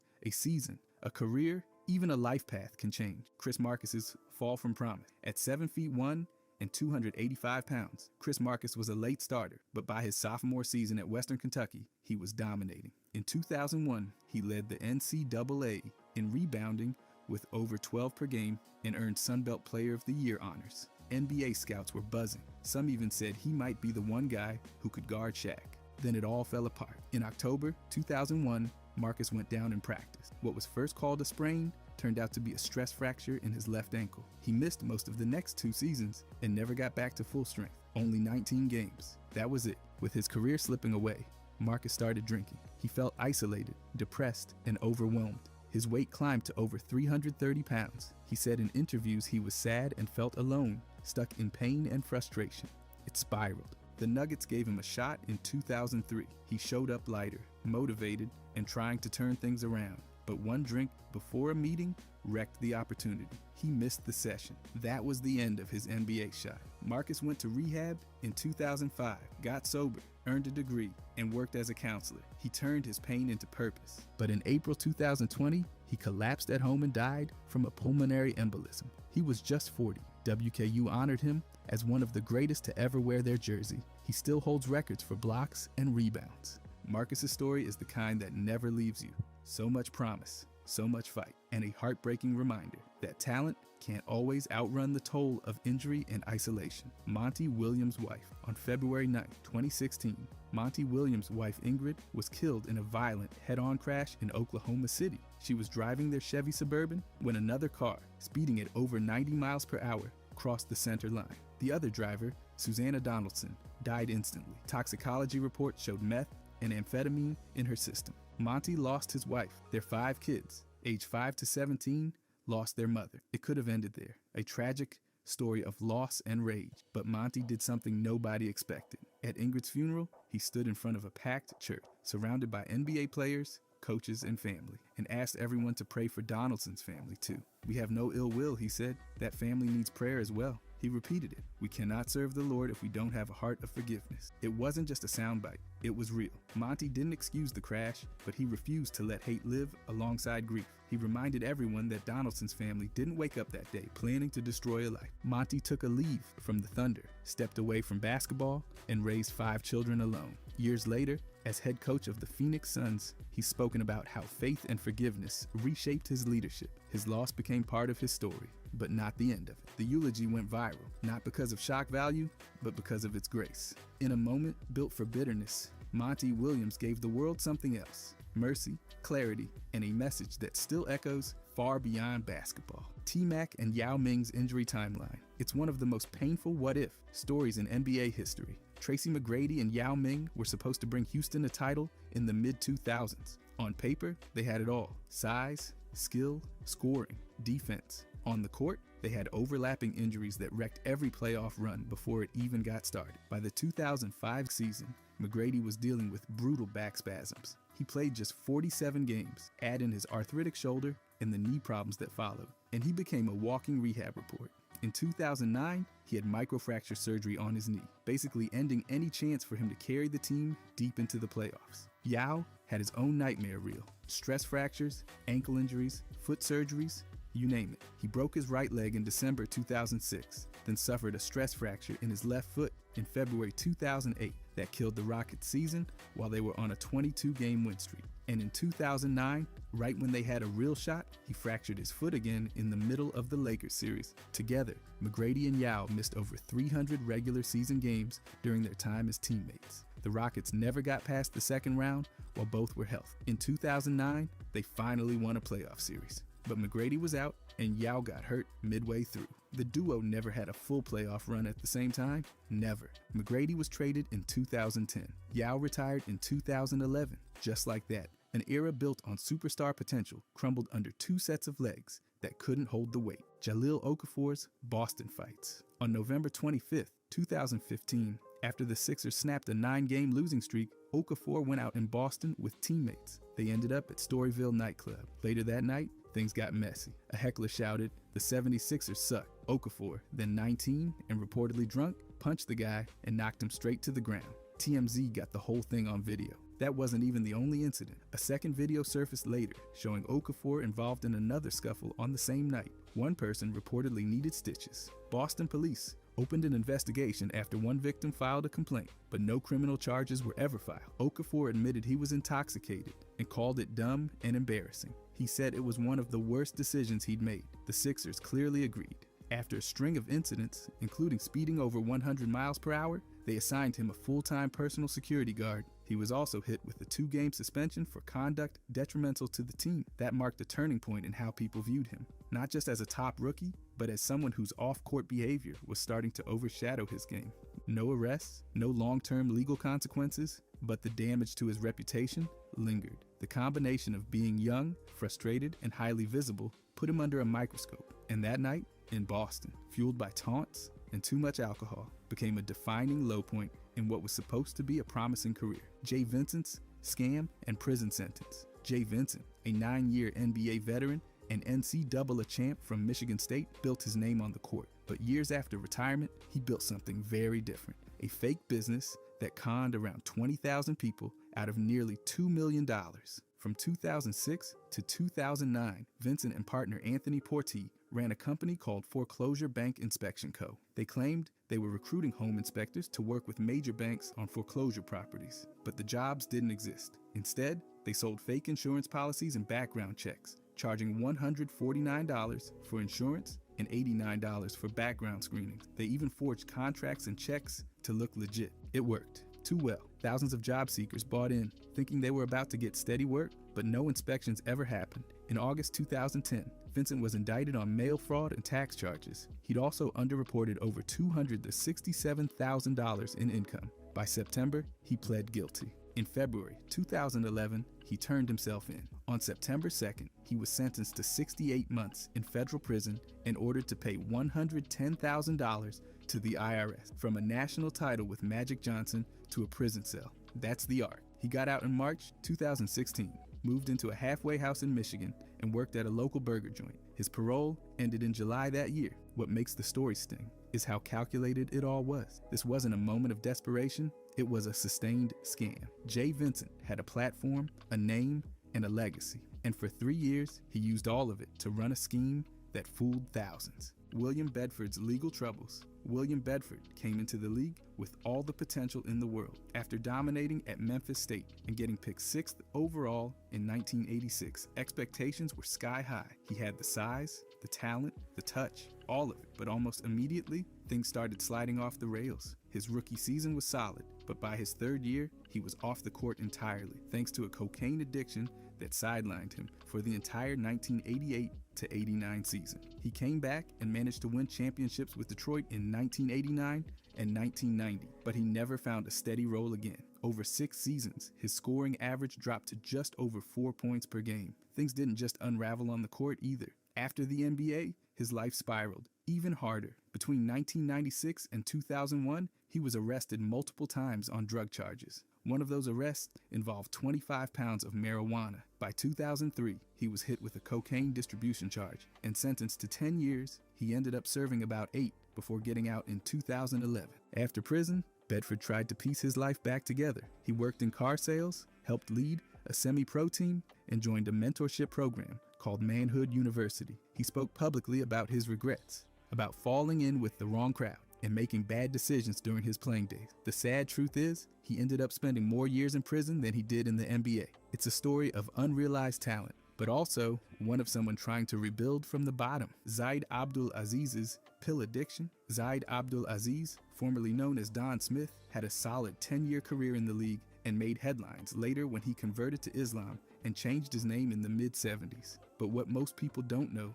is how deeply addiction grabbed hold of him near the end of his playing days. He wrote all about it in his memoir, and let me tell you, it's heavy. His struggles weren't with illegal drugs or alcohol. It was prescription pills, sleeping pills and tranquilizers, handed out for stress and insomnia, turned into a full-blown dependency. What started off as help for sleepless nights turned into something much darker. He began taking them just to function, then to cope, and finally, to escape. During actual games, he hallucinated and heard voices. That's how far it went. The memoir lays it all bare. The man went from a respected center to someone battling daily with his mind and body, all while in the spotlight. But the story doesn't end there. After hitting rock bottom, he pulled himself out through faith and reflection. He didn't just clean up, he turned his life into something meaningful. He became a chemical dependency counselor in Seattle and started helping others who were stuck in the same cycle. His book doesn't sugarcoat anything. It covers race, religion, addiction, and healing without ever feeling like a lecture. The title, Darkness to Sunlight, fits perfectly. He made it through something that could have ruined him, and instead of hiding it, he turned it into a blueprint for others who feel trapped by their own choices. Ed Gray's NBA downfall. Ed Gray came into the league riding high off a breakout college run at Cal and got picked 22nd overall by the Hawks in the 1997 draft. Atlanta hoped he'd add a scoring punt, and early on, there were flashes of potential, but it didn't take long for everything to start falling apart. During his rookie season, Gray broke his foot in January, which landed him on the injured list for the rest of the year. While recovering, he started missing medical appointments and violating team rules, leading the Hawks to suspend him indefinitely after just 30 games. You read that right. 30 games into his first year, and he was already in hot water. Then came the bigger hit. In March of 1999, he got pulled over in Atlanta and hit with a laundry list of charges: driving under the influence, marijuana possession, an open container, and driving with a revoked license. That arrest was basically the end of the road. Later that same year, he got traded twice, first to Portland, then to Houston. and never played another minute in the league. Just like that, a career with promise was over after only 60 games. He finished with an average of a little over 6 points per game. It's a classic story of talent that never got a fair shot at growth. Injuries set things back, but the missed appointments and legal trouble made sure the door stayed shut. After those trades, no team gave him another chance. His NBA chapter closed fast, and not in the way anyone expected when he left college as one of the top guards in the country. Shaq was supposed to be in Biggie's car. Back in March of 1997, Shaq was supposed to attend Biggie Smalls' after party following the Soul Train Music Awards. Biggie personally invited him, and Shaq was getting ready to go. He wasn't just considering it. He was fully dressed in an all-white suit, ready to roll out. But somehow, somewhere in the middle of all that prep, he fell asleep and never made it. Hours later, around 4 in the morning, Shaq got a call from his mom. Biggie had been shot. That's when the theory started taking hold. People began to wonder, what if Shaq had actually gone? Would the presence of one of the most recognizable athletes in the world have changed anything? This isn't just about celebrity either. It's about impact. Shaq was already on his way to becoming one of the greatest players to ever touch a basketball, and Biggie was already one of the greatest rappers to ever hold a mic. The fact that they came so close to sharing that tragic night makes the theory even more powerful. Shaq's wondered about it himself. He said he thinks about whether the shooter would have pulled the trigger if he was standing near the car. Not saying he could have stopped anything, but it's that haunting possibility that keeps this theory alive. His public reflections across interviews and media appearances just pour fuel on the fire. This wasn't a rumor someone made up. This came from Shaq. And when the stakes were that high, with two legends so close to that one moment, it's no surprise fans won't stop talking about it. Dwight Howard was left off the NBA's top 75 because of politics. The theory goes like this. Dwight's resume speaks for itself, but behind the scenes, things got messy.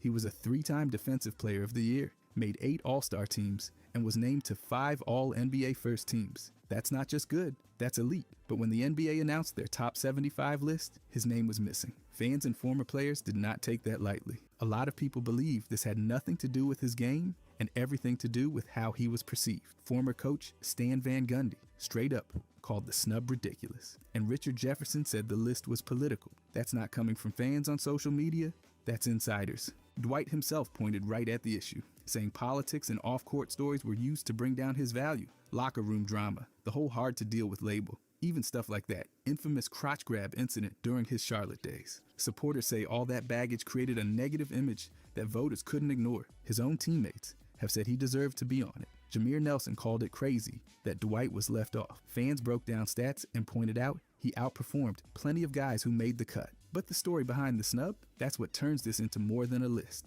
It becomes a battle between reputation and reality. David Stern stopped Allen Iverson from dropping his album. Allen Iverson wasn't just crossing people up, he wanted to drop bars too.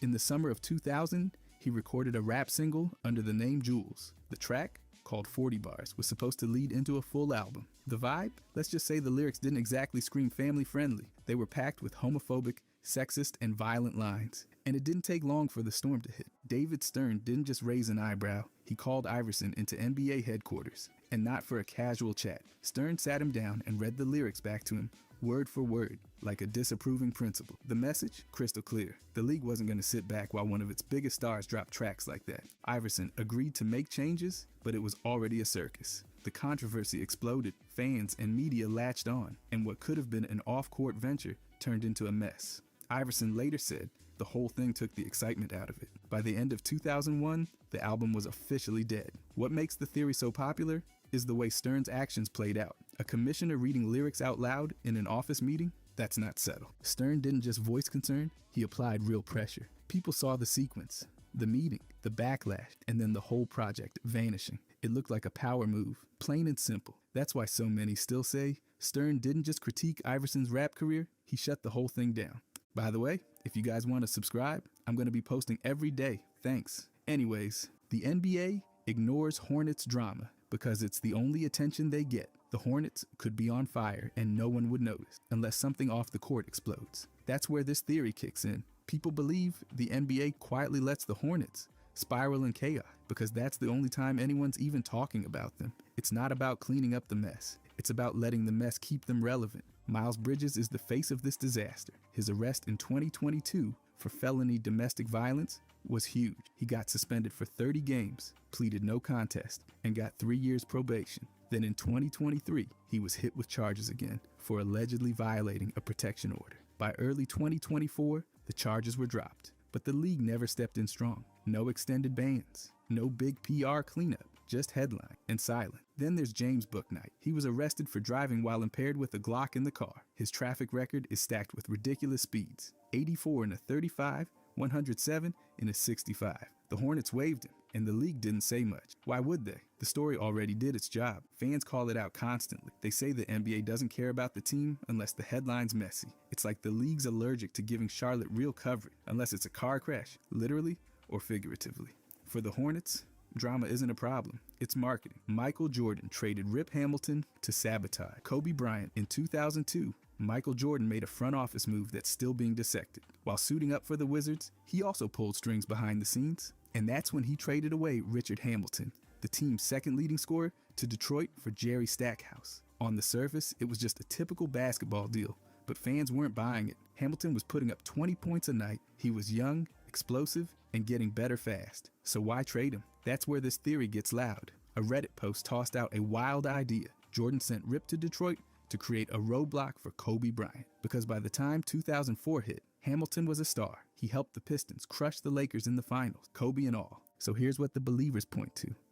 Jordan had real control in Washington. He had the power to make trades, and Rip's move came under his watch. Then Rip turns into a 3-time All-Star and a major piece of a finals team that embarrassed the Lakers. Suddenly, that trade doesn't look random. It looks strategic. What really hooks people is the backstory. Rip and Kobe go all the way back to high school battles. The finals just made it feel personal. So when Rip and the Pistons locked up Kobe in that shocking championship, the theory exploded.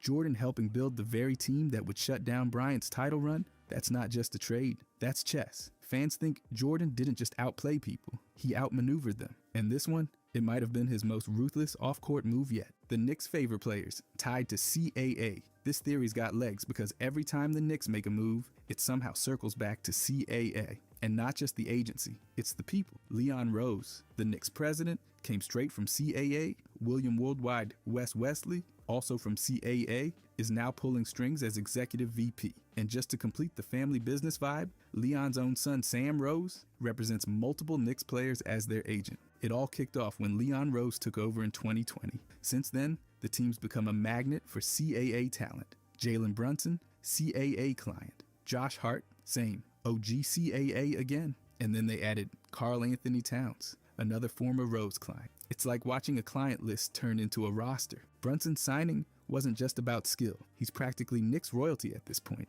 After he arrived, the front office scooped up his college teammates like it was a college reunion. Hart, Devo, and Mikal Bridges all came in. And guess who represents several of them now? Sam Rose. That's Leon's son. The dots don't even need connecting. Meanwhile, if you're repped by someone like Clutch Sports, good luck. Cam Reddish struggled to get minutes. Zach LaVine supposedly backed off trade talks because of the CAA favoritism whispers. Rival agencies aren't getting much shine in New York. Fans see it, talk about it, and post it. Forums, tweets, even Marbury threw shade at the West hire. Every CAA connected move confirms what they already think. The Knicks are playing favorites. Not with just any players, but with their own clients, friends, and even family. It's not just a team, it's a network. Chandler Parsons' NBA career ended because of a car crash. On January 15th, 2020, Chandler Parsons' career took a hit that had nothing to do with basketball. After leaving Hawks practice, his car was T-boned in Atlanta by a drunk driver. The driver was arrested on the spot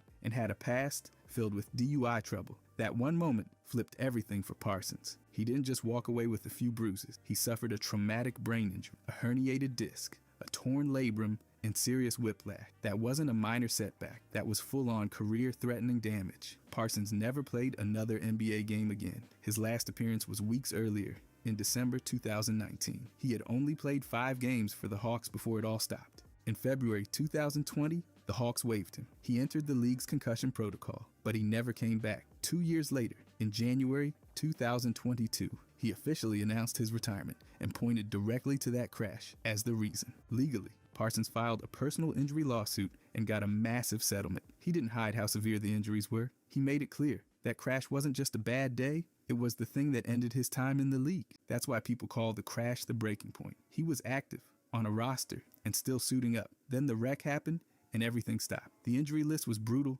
The timing was immediate, and the silence afterward, permanent. Parsons didn't fade out. He was ripped away from the game.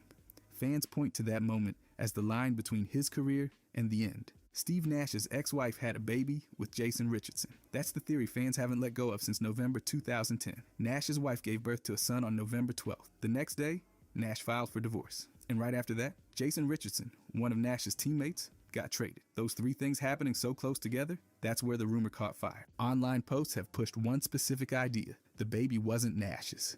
The claim? It was Jason Richardson's child. One fan user put it bluntly. Steve Nash filed for divorce because the baby was black and the son of a Suns teammate. The Suns made no public statement, but the internet didn't care. The story had legs. Then came the tabloid-style headlines. The Florida Sentinel flat out printed that Nash's wife gave birth to a black child and named Richardson as the rumored father. Other sites repeated it, citing the same timeline. Even years later, Sportskeeda brought it up again, keeping the story alive. What keeps this theory going is how clean the timing lines up. First the baby, then the divorce, then the trade. Add in that the baby was reportedly black, and the internet ran wild with assumptions. Posts from back in 2011 up through 2023 keep circling the same rumor. No confirmation, no denial, just silence and speculation. Fans still bring it up whenever Nash's career or Richardson's name resurfaces. It's the perfect mix of scandal, race, teammates, and sudden exits. No official comment has ever stopped it, so it lives online, passed down, like Suns fan folklore, tied to three dates no one can unsee. Andrei Kirilenko took a huge pay cut to join the Nets, and fans think it wasn't just business. In June 2013, Kirilenko opted out of a $10 million player option with the Timberwolves. That's not pocket change. He just averaged over 12 points and nearly 6 rebounds, and Minnesota reportedly wanted to give him a bigger deal. But Kirilenko said he wanted contract stability, something longer term for his family. Then the shock hit. On July 11th, he signed with the Nets for just $6.5 million total over 2 years. That's barely $3 million per year, a drop of about $7 million from what he could have made by staying put. The league didn't just raise an eyebrow. Rival teams filed formal complaints. The reason? Brooklyn's owner was Mikhail Prokhorov. He's Russian. Kirilenko, also Russian. Fans and execs started whispering. Was there some kind of secret deal? The NBA launched an investigation. They looked into whether Kirilenko was promised money or favors outside the salary cap rules. 2 months later, they cleared the Nets. No evidence of anything shady. But that didn't stop the theory from growing. Why? Because the numbers didn't add up. The Spurs and Cavaliers were reportedly interested and had cap space. Kirilenko passed on more money and bigger roles to take a massive discount in Brooklyn. That's not how free agency usually works. With national ties to Prokhorov and the huge pay gap, people thought there had to be more behind it. Even though the NBA cleared it, fans still think the deal was too weird to be clean. And the fact that Kirilenko laughed off the rumors only made it feel more suspicious. The NBA downplayed Paul Pierce's stabbing to protect its image. On September 25th, 2000, Paul Pierce was stabbed 11 times and hit over the head with a bottle at Buzz Club in Boston. He had to undergo lung surgery and still somehow played all 82 games that season. The police arrested 3 suspects, but never released an official motive. The media called it a pool room scuffle. That's all anyone really got. But behind the scenes, the whispers told a different story. The theory says Pierce was caught up in more than just a random fight. Rumors swirled about unpaid gambling debts or getting involved with a woman tied to a local gang member.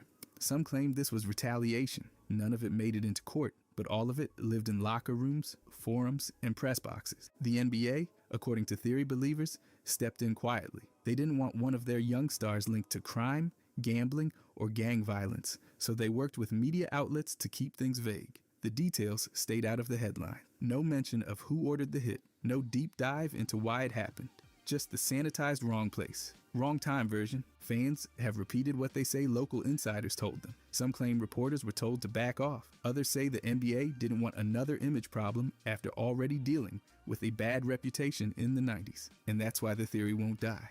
A violent stabbing, no clear motive, a full return to the court, and almost no follow-up from the league. That's the kind of silence that makes people talk louder. Kendrick Perkins' racial comments helped Joel Embiid win MVP. In early March 2023, Kendrick Perkins dropped a grenade on live television.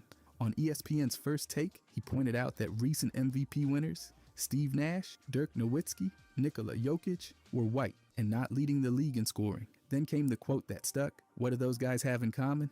I'll let it sit there and marinate. That line turned a regular MVP race into a firestorm. The reaction was instant. J.J. Redick pushed back hard. Charles Barkley mocked the whole thing. ESPN had to issue clarifications, walking back how Perkins framed his racial bias claims. But the conversation was out there. Perkins wasn't accusing individual voters of racism. He was saying the system had a tilt. And suddenly, Jokic's lead in the MVP race started fading.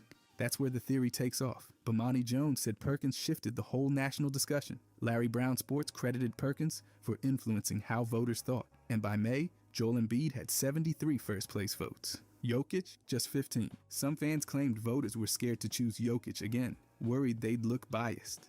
Fans accused Perkins of turning it into a race war. The phrase race baiting started showing up in YouTube titles. The timeline makes it stick. Perkins speaks out. Media erupts. Betting lines flip. And Embiid runs away with the award. Critics believe voters chose safety over consistency. Whether you think it was justified or not, the shift came right after Perkins' comments. And that's why this theory won't fade. It's backed by timing, outrage, and the final vote count. The NBA downplayed Karl Malone to protect Jordan's storyline. The late 90s were peak NBA drama. Bulls versus Jazz, Jordan versus Malone, finals back-to-back. But despite Malone being one of the best power forwards ever, he somehow became a side character in the league's biggest showdown. That's where the theory comes in. Fans think the NBA and media deliberately downplayed Malone's legacy to make Michael Jordan's dominance look even greater. Malone was an MVP in 1997.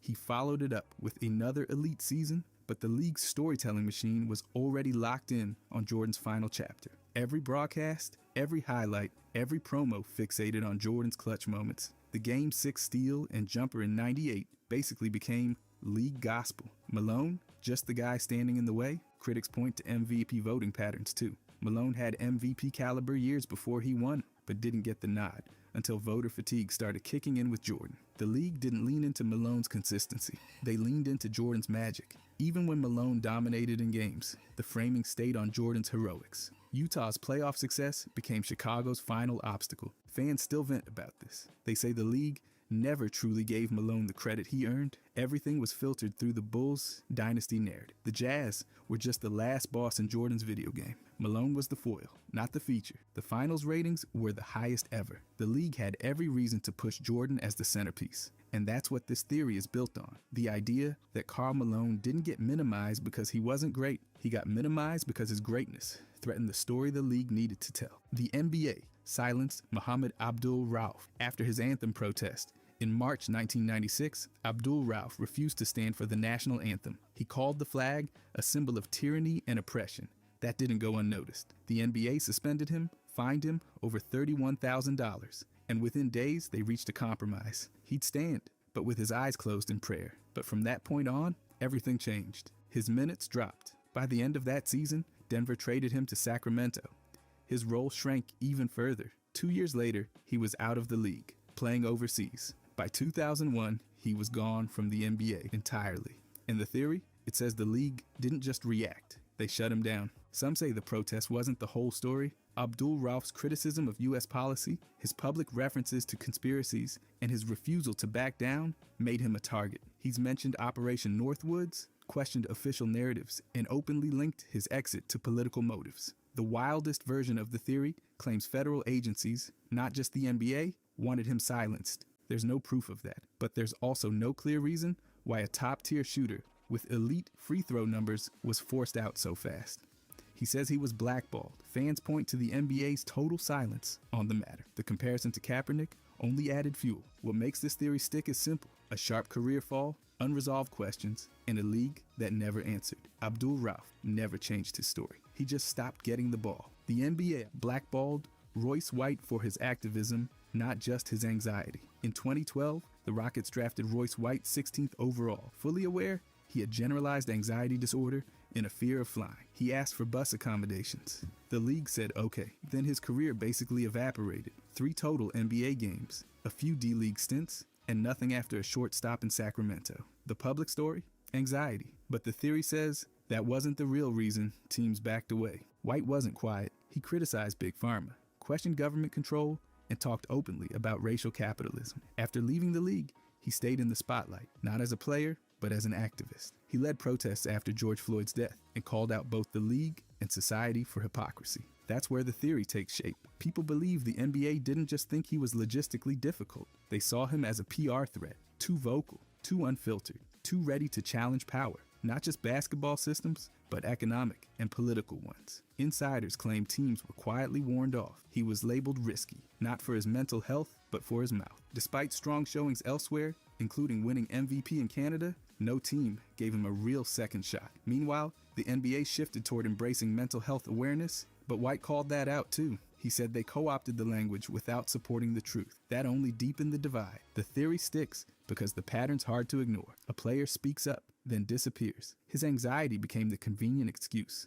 But behind closed doors, the league may have just wanted him quiet, not because he couldn't play, but because he wouldn't shut up. The NBA is more fake than WWE. That's the theory, and fans aren't just saying it for laughs. They're pointing to patterns, scandals, and strange officiating that make the league feel less like a sport and more like a scripted show. WWE admits it's entertainment. It's called kayfabe, planned rivalries, pre-written outcomes, and staged drama. The NBA, it insists it's all real, yet somehow keeps getting caught acting otherwise. Start with the Donaghy scandal. In 2007, an actual NBA ref admitted to betting on games he officiated. That's not just bad optics. That's full-blown script energy. Then come the last 2-minute reports, where the league reviews blown calls after games. These reports regularly admit that refs missed calls in crucial moments. Cool, good for transparency. But when those errors always seem to favor the big market team or the one chasing a record, people start connecting dots. Larry Bird once said the league dragged the 1984 finals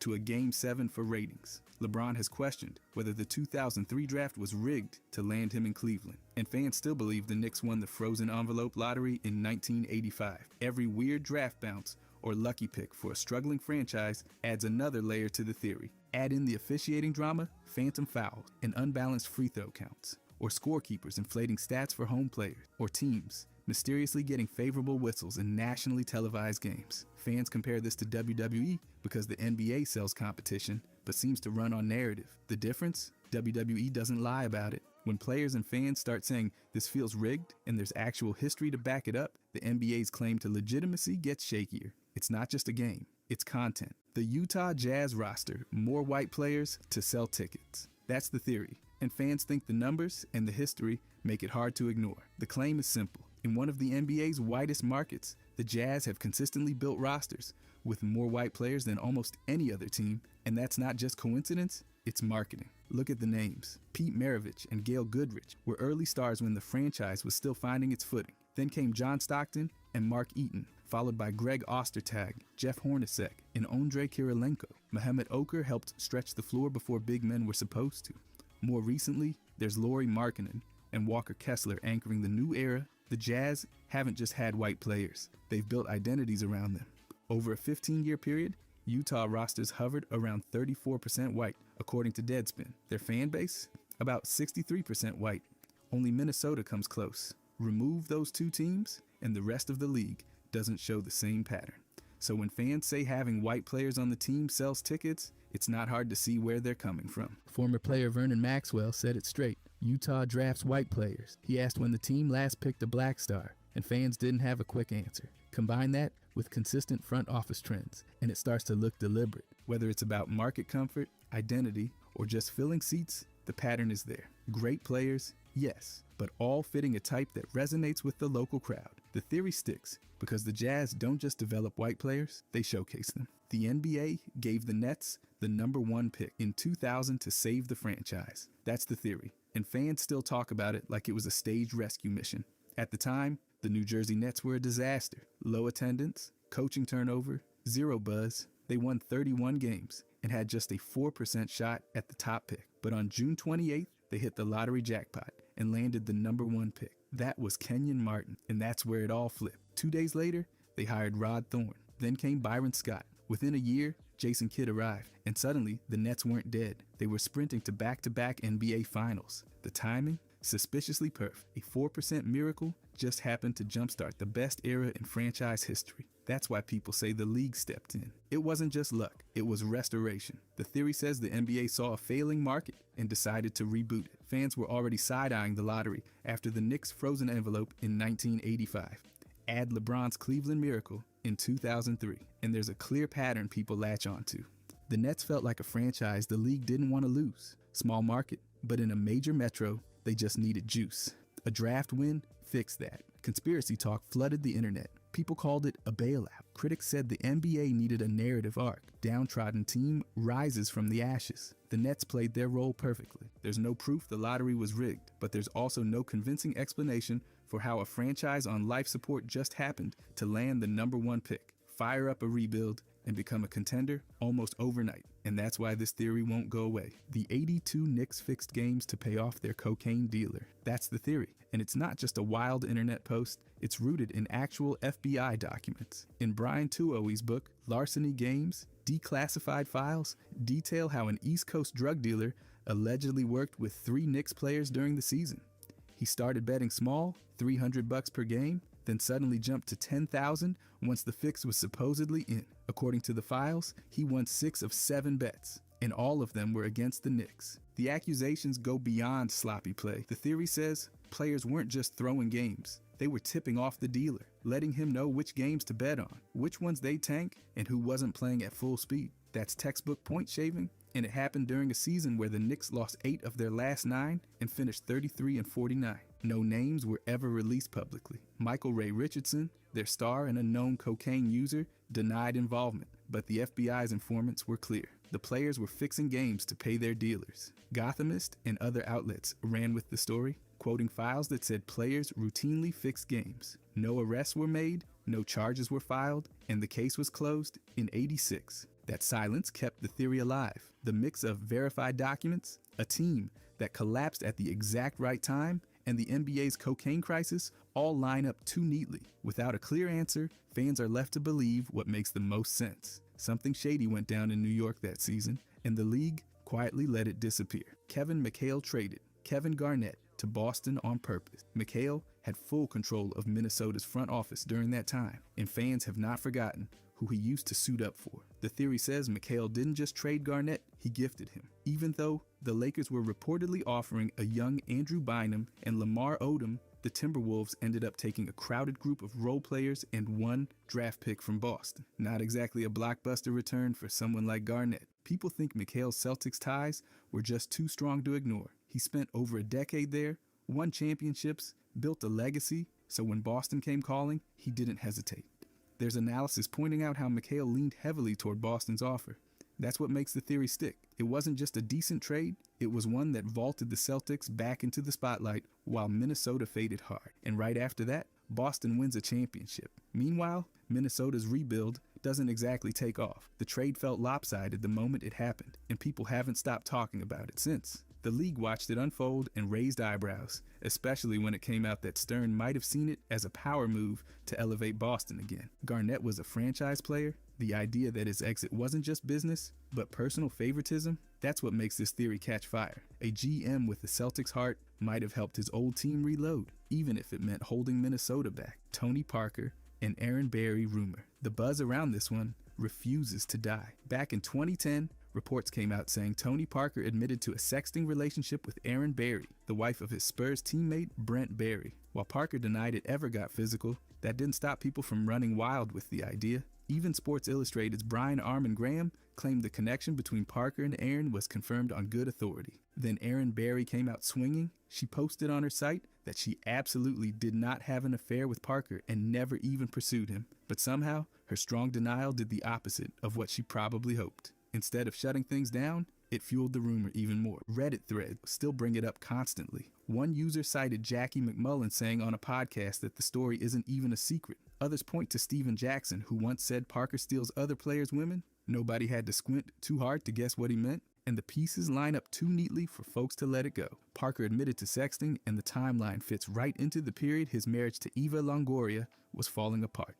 Add in the high-profile divorce, public gossip, and NBA personalities backing the rumor. And it's no surprise fans treat this like an open secret. The story keeps its momentum because it checks every box: betrayal, teammates, divorce, and high drama. Even without any solid proof, it lives on through forum posts, old quotes, and whispers that just won't fade. People still believe Parker crossed the line. With his teammate's wife, spooky wolves theory, this one's got everything: curses, ghosts, betrayal, and a franchise that just cannot catch a break. The theory goes that something way beyond basketball is at play in Minnesota. Fans call it the Spooky Wolves theory. And honestly, looking at their history, it's hard not to at least raise an eyebrow. It all starts with the death of Malik Sealy in 2000. He was Garnett's best friend, and the tragedy happened right after KG's birthday party. Then Marbury bailed, and the front office got caught in that ridiculous Joe Smith contract mess, costing them multiple first-round picks. That's already too much for one team. In 2004, they actually made the Western Conference Finals. But right after that, Cassell got a strange hip injury, Sprewell turned down over $20 million and said he had a family to feed, and everything crumbled overnight. Since then, the draft disasters have been nonstop.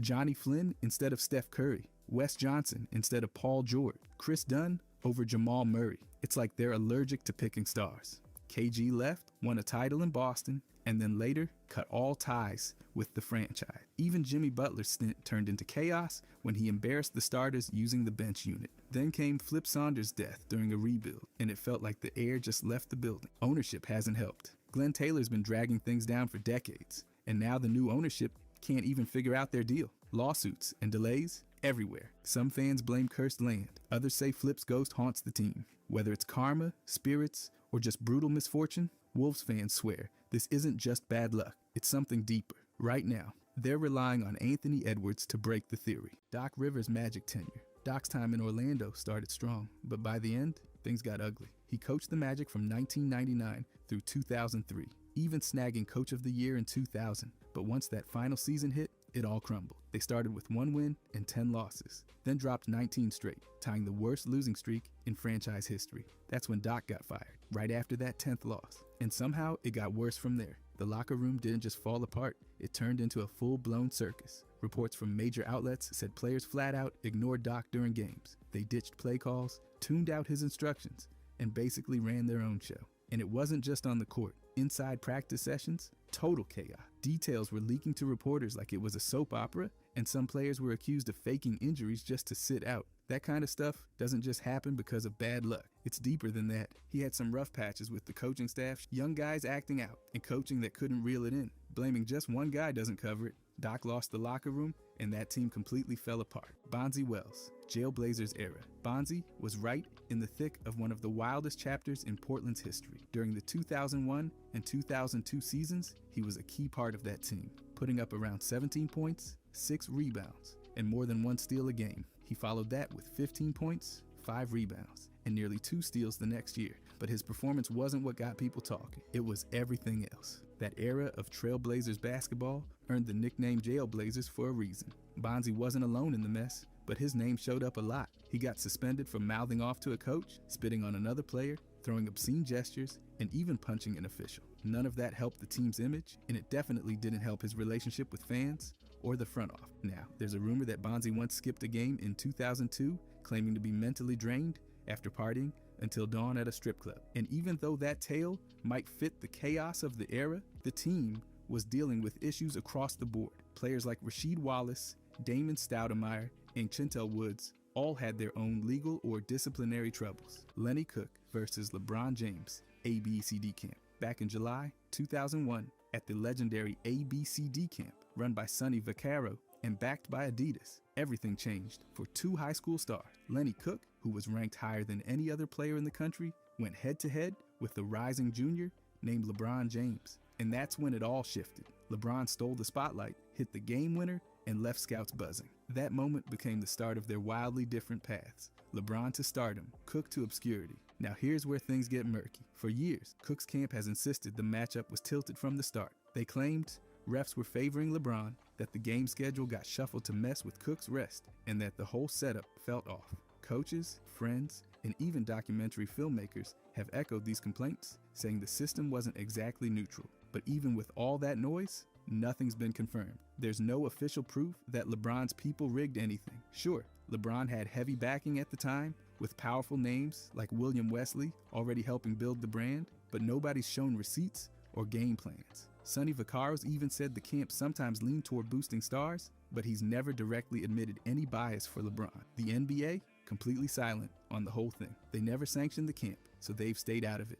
What we're left with is a moment frozen in basketball lore. Cook fell off the radar not long after. LeBron rose like a rocket. The conspiracy lives on, but in terms of hard facts, it's all suggestion, no confirmation. Still, that game changed everything. Marko Jaric allegation in Philadelphia. Back in February 2009, things got tense for Marko Jaric. While the Memphis Grizzlies were in Philadelphia for a game against the Sixers, a woman came forward accusing him of sexual assault. What made it more intense? Jaric had just married Adriana Lima on Valentine's Day, literally days before the allegation surfaced. The timing was chaotic, and the media latched onto the headline. But after a full investigation, the Philadelphia district attorney decided not to press any charge. They cited a lack of evidence and said the case didn't meet the threshold for prosecution. Jaric's lawyer wasted no time calling the claim completely false, saying it had no legal merit and pushing back hard on any suggestion of wrongdoing. Now, there's been a ton of confusion online about this case. Some people have spread versions saying it happened in 2014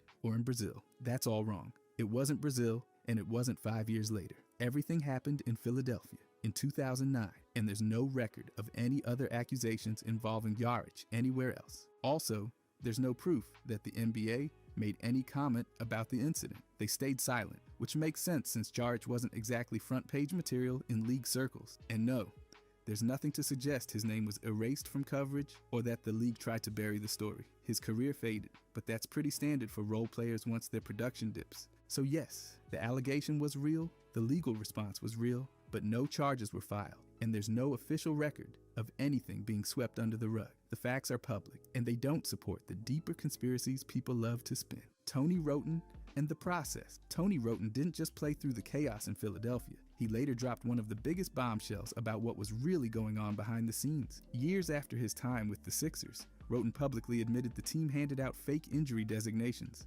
Yep, he said it himself. In an interview, he recalled being told, "You're fine, but you're not playing." Let that sink in. Medically cleared, no real injury, and still stuck on the bench. Roten's claim lines up with what a lot of people suspected during the Sixers' infamous process era. That was the long, deliberate tank job, orchestrated by then general manager Sam Hinkie. And while plenty of folks called out the strategy for being bad for the league, Roten added a whole new layer to the story. He didn't have a reason to sugarcoat anything post-career, so what he shared sounded a lot more believable than just fan speculation.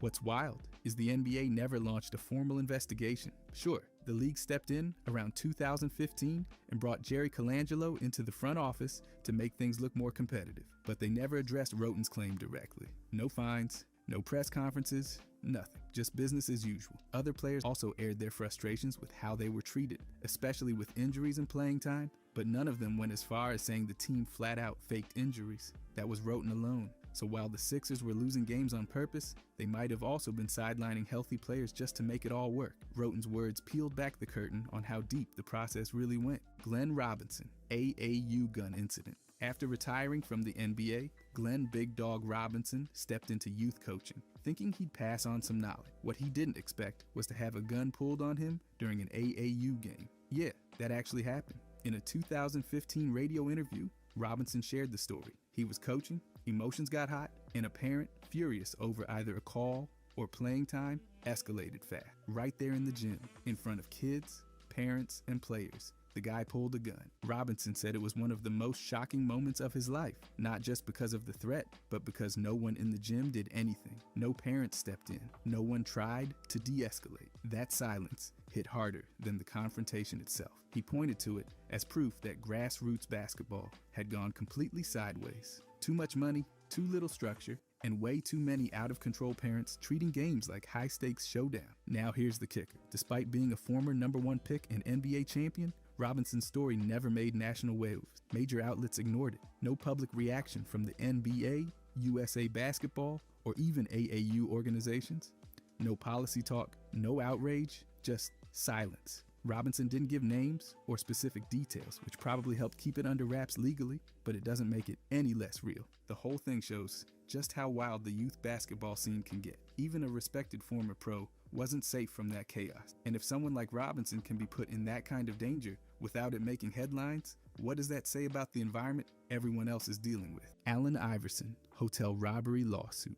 In 2009, Allen Iverson found himself in the middle of a serious off-court mess. A man named Guy Walker accused Iverson's entourage of robbing him inside an Atlanta hotel. The claim? That Iverson's bodyguard and a few associates assaulted Walker and stole $60,000 worth of jewelry after some kind of dispute. Iverson himself wasn't accused of laying hands on anyone, but he was named in the civil lawsuit because, well, it was his crew. Authorities looked into it, but the criminal side went nowhere. No charges were filed. The story didn't have enough clear evidence to pin anything directly on Iverson. Conflicting accounts made it impossible to get a conviction, and prosecutors backed off. Still, that didn't stop the civil lawsuit. Walker pushed for damages, and eventually, the case was settled quietly out of court. No numbers released, no public details, just a legal whisper that it was over. What's wild is how little attention this story got. Iverson was bouncing around the league during that time, brief stints with Memphis, and then back to Philly. So the media was more focused on his fading career than the legal drama. The NBA? Silent. No statements, no comments, no reaction at all. It was treated like background noise, even though it involved an alleged assault and a pile of stolen jewelry. This whole thing fits into a larger pattern of incidents around Iverson's later years. Plenty of off-court issues, very few headlines. The league stayed hands-off, and the story never exploded like you'd expect. But yeah, it happened. It just slid under the radar. Rafer Alston, triple arrest offseason. In the summer of 2007, Rafer Alston managed to pull off something almost no other active NBA starter has done. He got arrested 3 different times in just 6 weeks. First, in Houston, he was accused of assaulting a valet after an argument about his car. According to reports, it escalated to shoving and even spitting on the guy. Not a great look. 2 weeks later, he got into a public fight outside a nightclub in Manhattan and landed in police custody again. Then in early September, he wrapped things up with a DUI arrest in Atlanta. So that's 3 different cities, 3 different charges, all while still under contract with the Houston Rockets. And what did the NBA do? Absolutely nothing. No suspension, no fine, no official statement. He went right into the 2007 to 2008 season and started in 74 games. That's right, despite all that drama, he held on to his starting spot without missing a beat. The media didn't make much of it either. A few short articles popped up, but there were no deep dives or big network debates. Most of it got treated like minor side notes. The league stayed silent, and the public moved on. Somehow, 3 arrests in one offseason just floated by. Alston's situation didn't seem to affect his career at all in the short term. He stayed in the rotation, stayed on the court, and played like nothing ever happened.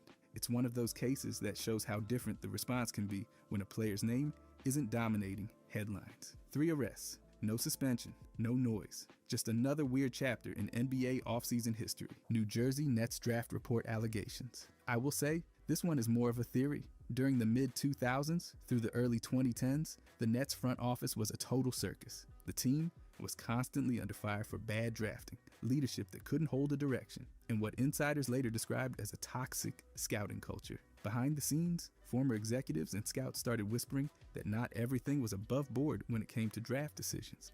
One former scout even admitted that he was asked to inflate the value of certain international players. He didn't name names or say money changed hands, but said the orders came from upstairs, and the reasoning had nothing to do with talent. Some of those scouting reports allegedly written after the picks were made, just to make everything look planned. It's like editing the recipe after you already burned the cake. There's no hard proof the Nets were paying scouts under the table to fake evaluations, but that's what people started to believe. And considering how wild and unregulated international scouting was back then, it doesn't sound far-fetched. Multiple ex-general managers from around the league even hinted this kind of stuff wasn't unique to the Nets, but they were mentioned more than once for boosting fringe Euro prospects with oddly glowing reviews. Despite all the finger-pointing and anonymous quotes, the NBA never investigated, never punished anyone, and basically acted like nothing happened. The draft flops kept piling up, and the excuses came right behind them. So while no one ever proved that the Nets paid for fake scouting reports,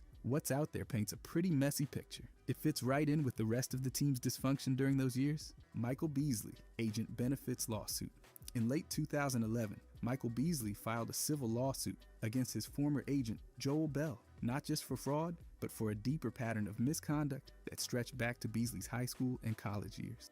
According to the suit, Bell had secretly provided significant personal benefits to Beasley's mother, including housing, a car, and cash, all while Beasley was still an amateur. These weren't disclosed to Beasley when they happened. He claimed he only found out later, after turning pro, and that the whole setup was designed to lock in his future representation without his full understanding or consent. The moment he realized what had gone on behind his back, he terminated the agreement in 2008. That led to a legal battle where both sides aired out years of tension and backroom dealings. Bell's camp responded with a countersuit, and court documents revealed the scope of the early benefits and how they tied into the larger dispute. Beasley accused Bell of exploiting his family relationship for future gain, and the suit portrayed the arrangement as not just unethical, but potentially damaging to Beasley's NCAA eligibility and early career. Despite the seriousness of the allegations and the clear paper trail, the story never caught fire in the national media. It stayed tucked into legal filings and specialist coverage, mostly ignored by mainstream outlets. No official statement ever came from the NBA, and the fallout stayed out of the spotlight. But make no mistake, the benefits happened, the lawsuit was real, and Beasley's accusations added one more layer to the long list of early career exploitation cases in modern basketball. Hugh Hollins' referee disappearance. Hugh Hollins wasn't just another whistleblower. He was one of the most respected officials in the NBA through the 90s. Over 2,000 games, 12 straight finals appearances, and high ratings from players cemented his status. But then around 1999, he was just gone. No farewell tour, no retirement press release, not even a quietly posted statement. For a guy who'd been that visible, the silence was deafening. There was no scandal, no suspension, no official discipline ever mentioned, just a sudden exit. And that's where the whispers started. People close to the league, including former refs, started connecting dots. They said Hollins was known for being outspoken, for not always towing the company line. At a time when David Stern was tightening his grip on the league's image, especially around officiating, that kind of attitude didn't sit well. Multiple insiders have since hinted there were internal memos floating around during that era, telling refs how to handle star players, playoff fouls, and even game pace. Hollins was reportedly one of the refs who pushed back. He didn't go along with the idea that games should be shaped for marketability, and he may have paid the price for that. There's no public proof of a blackballing, but the way Hollins vanished fits the pattern that others from that era have described. Quiet removal, political enforcement behind the scenes. The league never commented, and the media didn't dig, but the mystery still lingers. Hollins had the resume to stay on. Instead, he disappeared without a word,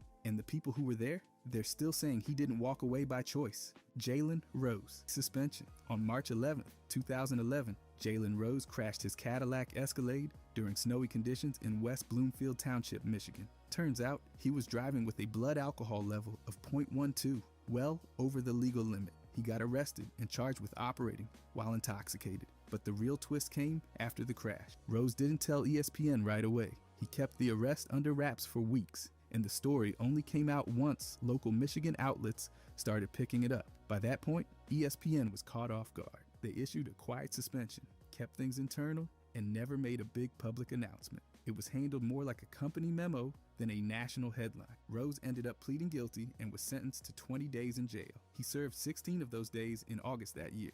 Despite the seriousness of the situation, the coverage stayed minimal. ESPN's on-air team didn't talk about it. The NBA had nothing to say, and the entire situation faded from the spotlight fast. For a former NBA star turned media personality, it could have been a bigger deal. But the network didn't make noise, and national outlets mostly moved on. Rose went right back to broadcasting after serving his time. No public fallout, no panel debates, just a short disappearance, and then business as usual. It's one of those moments that shows how quietly things can be handled when the cameras aren't rolling, and how even serious incidents can slip through the cracks if no one's pushing to keep them in the spotlight. James Wiseman, suspension. In 2019, James Wiseman's college career took a hit before it even got going. Back in 2017, Penny Hardaway, who was coaching AAU at the time, paid $11,500 to help Wiseman's family move from Nashville to Memphis. It didn't raise eyebrows then, but once Hardaway became the head coach at Memphis, took a different view. Because Hardaway had donated $1 million to the university years earlier, the NCAA labeled him a booster. That meant the payment, even though it was for moving expenses, counted as an impermissible benefit. So once Wiseman hit the floor in 2019, the NCAA stepped in fast. They ruled him ineligible and tried to suspend him for the entire season. Memphis pushed back, got a court injunction, and let him play for a little while. Eventually, the NCAA won out. Wiseman was hit with a 12-game suspension and had to donate that same $11,500 to a charity of his choice. Memphis also took a slap on the wrist. 3 years of probation, a couple of vacated wins, and a small fine. No postseason ban, and Hardaway avoided personal penalties. The NBA stayed completely out of it, and the story got swept up in the usual NCAA drama about uneven enforcement. No one accused Wiseman of breaking rules on purpose, and there was no criminal side to it. He declared for the draft not long after and went second overall to Golden State. So yeah, money was involved, but it wasn't some big scandal. It was a messy NCAA technicality that didn't derail his path at all. Gilbert Arenas. Gambling dispute. The gun incident in the Wizards locker room back in 2009 didn't come out of nowhere. It was the result of a gambling feud gone completely off the rail. At the center of it was Boo-Ray, a high-stakes card game that had become a full-on addiction for a lot of players, especially on flights and in locker rooms. Gilbert Arenas and Javaris Crittenton weren't just teammates. They were gambling rivals, and according to multiple sources, one game got way too serious. Insiders said Arenas owed Crittenton a large debt. Some claimed it was close to $1 million. That number was never officially confirmed, but it didn't need to be. Tensions were so high that when Arenas started joking about it, the situation exploded. He brought guns into the locker room and laid them out like it was some kind of poker table with props. Crittenton responded by pulling out his own weapon, and suddenly the Wizards had an active threat situation between two of their own players. The NBA suspended both players for the rest of the season, and Arenas was hit with felony gun charges. He pleaded guilty and got probation. But the real story wasn't just the guns, it was the gambling. Arenas himself later admitted the Boo-Ray games got out of control, and that gambling was a huge part of the locker room culture. It wasn't just friendly competition, it was real money, real pressure, and in this case, real consequences. The league never officially mentioned the debt or the gambling angle in their disciplinary actions, but the players knew. That card game didn't just end a friendship, it ended careers. The guns were the headline, but the gambling was the root. Mark Jackson's situation. Mark Jackson was the head coach of the Golden State Warriors from 2011 to 2014, and behind the scenes, things got seriously tense. Multiple credible insiders and top-tier journalists say Jackson made homophobic remarks toward Rick Welts, the team's president. Welts wasn't just any executive, he was the first openly gay executive in major American pro sports. So yeah, this wasn't just a casual comment or awkward moment. According to reports from both Adrian Wojnarowski and Ethan Strauss, Jackson allegedly referred to Welts as evil in team settings. Not a slip-up, a pattern. He didn't stop there. Jackson often brought his personal religious views right into team decisions. That didn't exactly sit well with the Warriors front office. It built this awkward environment where staff and execs felt like they were constantly walking on eggshells. The tension wasn't only about the remarks toward Welts. People inside the organization also felt like Jackson was pushing a divisive and uncomfortable atmosphere throughout the workplace. That discomfort became a real factor when it came time to make changes. While the team never publicly admitted that this situation led to his firing, it's pretty clear it played a big role. The Warriors just said there were philosophical differences. The NBA stayed quiet. No statements, no investigation, nothing. Jackson has always denied doing anything wrong, and he's had support from some of his players, including Steph Curry. But even with that, multiple trustworthy reports confirmed the remarks happened. It was never addressed officially, but insiders with first-hand knowledge say the comments were very real, and they helped fuel the fire that ended his time with the team. Rasheed Wallace referee allegations. Rasheed Wallace didn't exactly hold back when talking about NBA referees. He's gone on record multiple times saying refs favor the teams that bring in the most money, attention, and ratings. And yeah, he's serious. He believes games are influenced by what he calls the bag, meaning the teams with stars, sponsors, and media hype tend to get the calls. Now, while the exact phrase, refs call, games based on the bag might have been tweaked by fans online, the message hasn't changed. Wallace has shared this view across interviews, podcasts, and YouTube shows. He's even named specific refs like Scott Foster, calling them company men who help protect the league's image. That's not the kind of thing you just casually drop unless you really believe it. Sports outlets and commentary channels have run with it too, highlighting how Wallace insists the league's branding and money influence how games are called. That part definitely confirmed. But here's the catch. There's no hard evidence, no investigations, no league response. Nothing official ever came down, and Wallace didn't face any penalty. So yeah, this is all based on his first-hand perspective, not a verified expose. But the man clearly believes it, and he's been consistent about it for years. The bigger the stars, the more money at stake. According to him, the better the calls. Whether or not there's proof, the allegations have kept his theory alive in sports circles. The phrase might have evolved, but the idea behind it, that's straight from Wallace himself, no doubt about it. Carlos Boozer, tampering allegation. Back in July of 2010, Carlos Boozer signed a 5-year deal worth around $75 million with the Chicago Bulls. Pretty standard, right?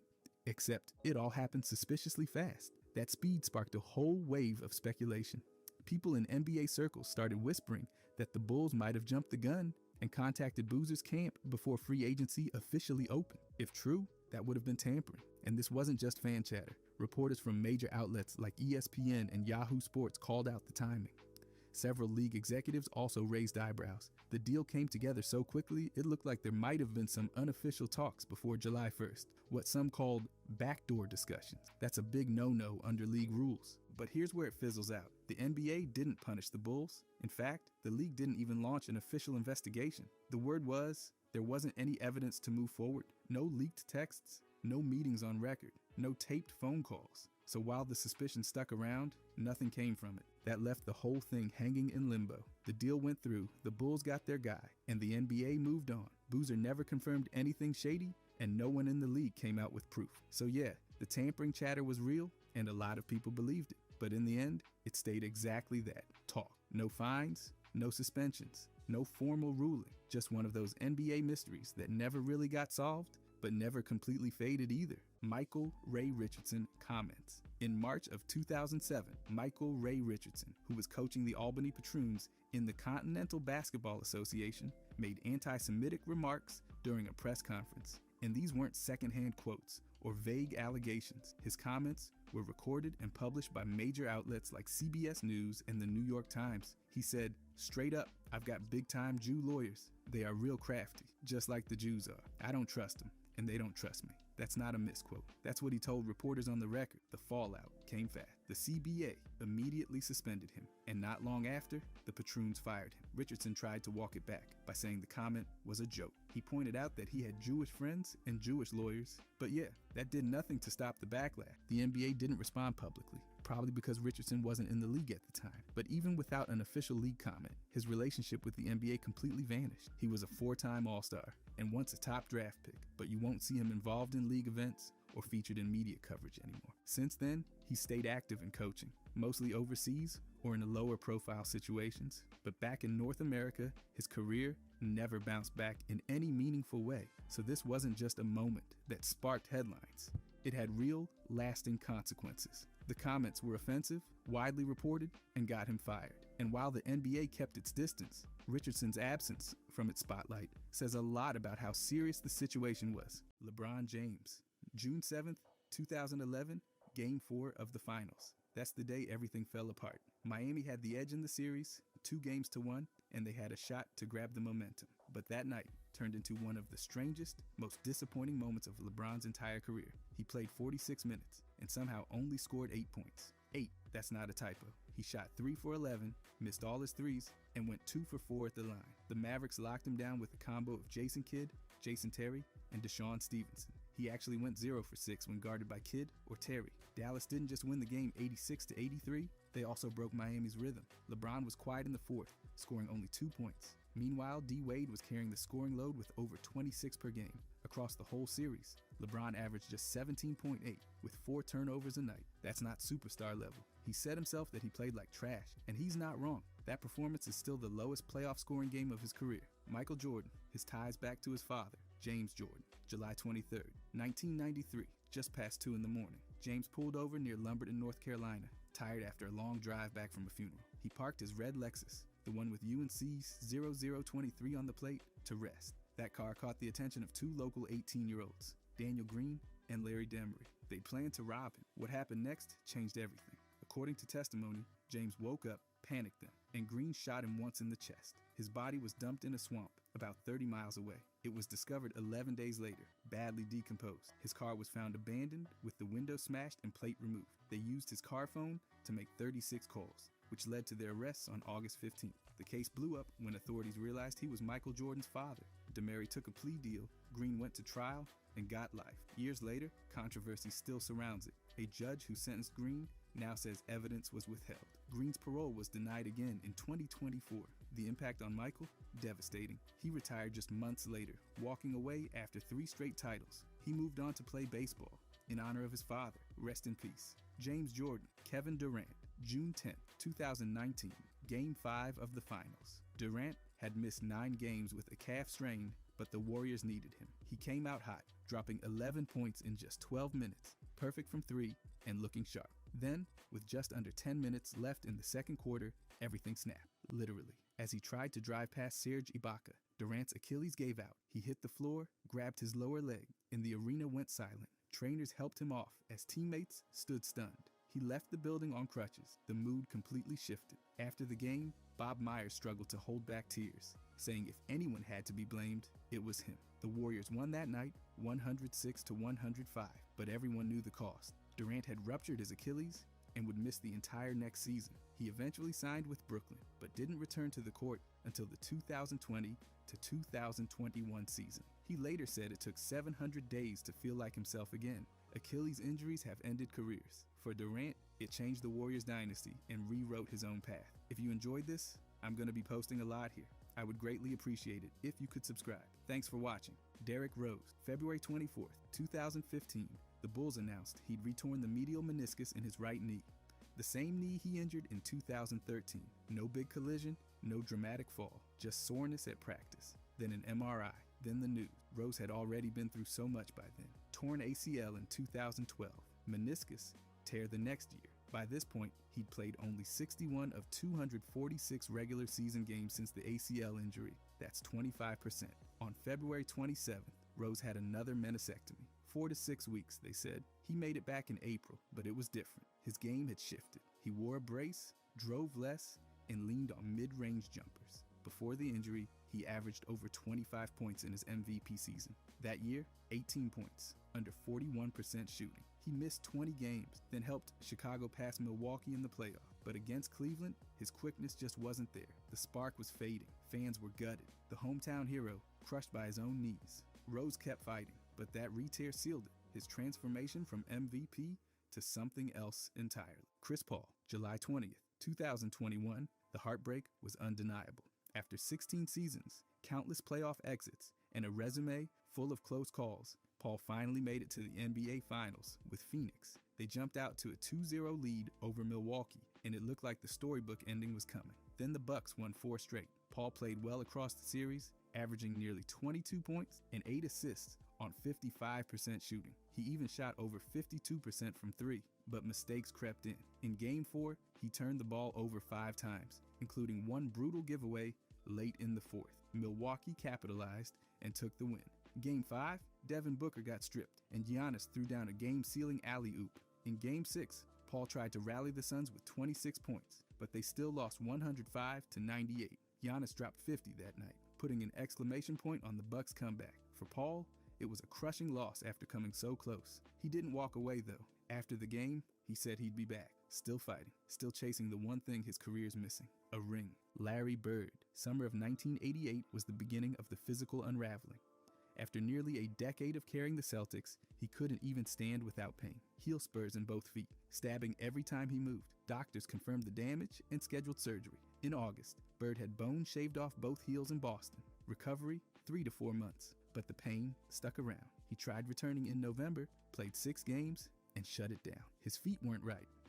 And the back, that was starting to go too. Years of wear, and then the gravel shoveling stunt in 1985, it all caught up. The 1987-88 season had already been rough. He averaged nearly 30 points, but limped through the playoffs. After the surgery, he missed 76 games the next year. He never fully recovered. His numbers dipped, minutes fell, the vertical vanished. He was still smart, still skilled, but physically, the decline was obvious. Cortisone, braces, hyperbaric chambers, nothing brought back the old Bird. By 1992, he retired. 3 titles, 3 MVPs. But the last 4 years were a war with his body. And in that war, the summer of '88 fired the first major shot. Isaiah Thomas. May 19th, 2017, the Celtics announced he was done for the playoff. A torn labrum in his right hip ended a postseason that had already become the stuff of legend. Less than 5 weeks earlier, his sister passed in a car crash. He still suited up and dropped 33 against Chicago, then 53 on what would have been her birthday. But by Game 2 of the East Finals, he couldn't go anymore.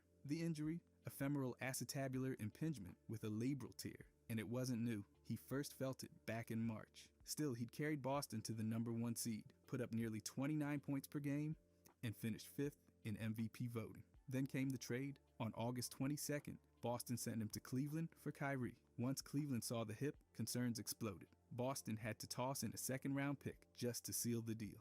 When Thomas finally debuted in January, he wasn't the same. 14 points a night, under 37% shooting. A month later, he was traded again. From there, he bounced around the league, chasing a chance to prove he wasn't finished. But the hip had already taken that from him. Steph Curry, June 16, 2016, Game 7 of the Finals. And the collapse was complete. Golden State, fresh off a 73-win season, blew a 3-1 lead to Cleveland. The final blow came at Oracle Arena, in front of a stunned home crowd. Curry, 17 points on 6 for 19 shooting. He missed 10 of his 14 threes. In the fourth quarter, he went 2 for 9, and with under 2 minutes left, trailing by 2, he threw a wild, behind-the-back pass out of bounds. Kyrie hit the game winner right over him seconds later. That turnover? Brutal. The Warriors didn't score again. Curry's MCL sprain from April had lingered, but he refused to use it as an excuse. Still, the explosiveness was gone.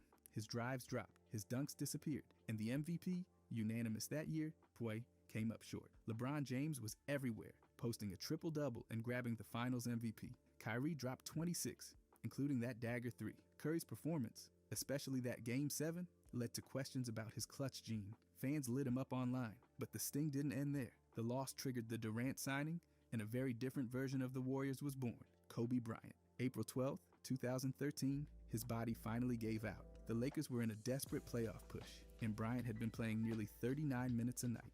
At 34 years old, in year 17, he was carrying the team on worn-out legs. That night against Golden State, with just over 3 minutes left, he made a move and suddenly stopped. No contact, just pain. His left Achilles had torn, but instead of collapsing or limping off, he stayed in the game, walked to the line, and calmly sank both free throws to tie it at 109. Then he walked off, unassisted. Surgery came the next day, 6 to 9 months of rehab. He returned in December, but the damage was done.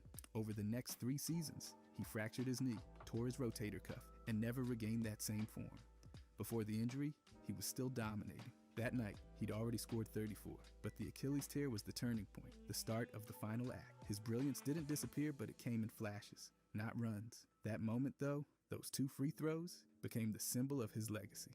Relentless. Magic Johnson. November 7th, 1991, the sports world stopped. At just 32, Magic held a press conference at the Forum and told the world he had tested positive for HIV. Effective immediately, he was retiring from basketball. The news hit like a thunderclap. 5 titles, 3 MVPs, and he was still at the top. The diagnosis came during a routine insurance physical. Multiple tests confirmed it, and with fears of on-court transmission and no league protocol in place, Magic stepped away.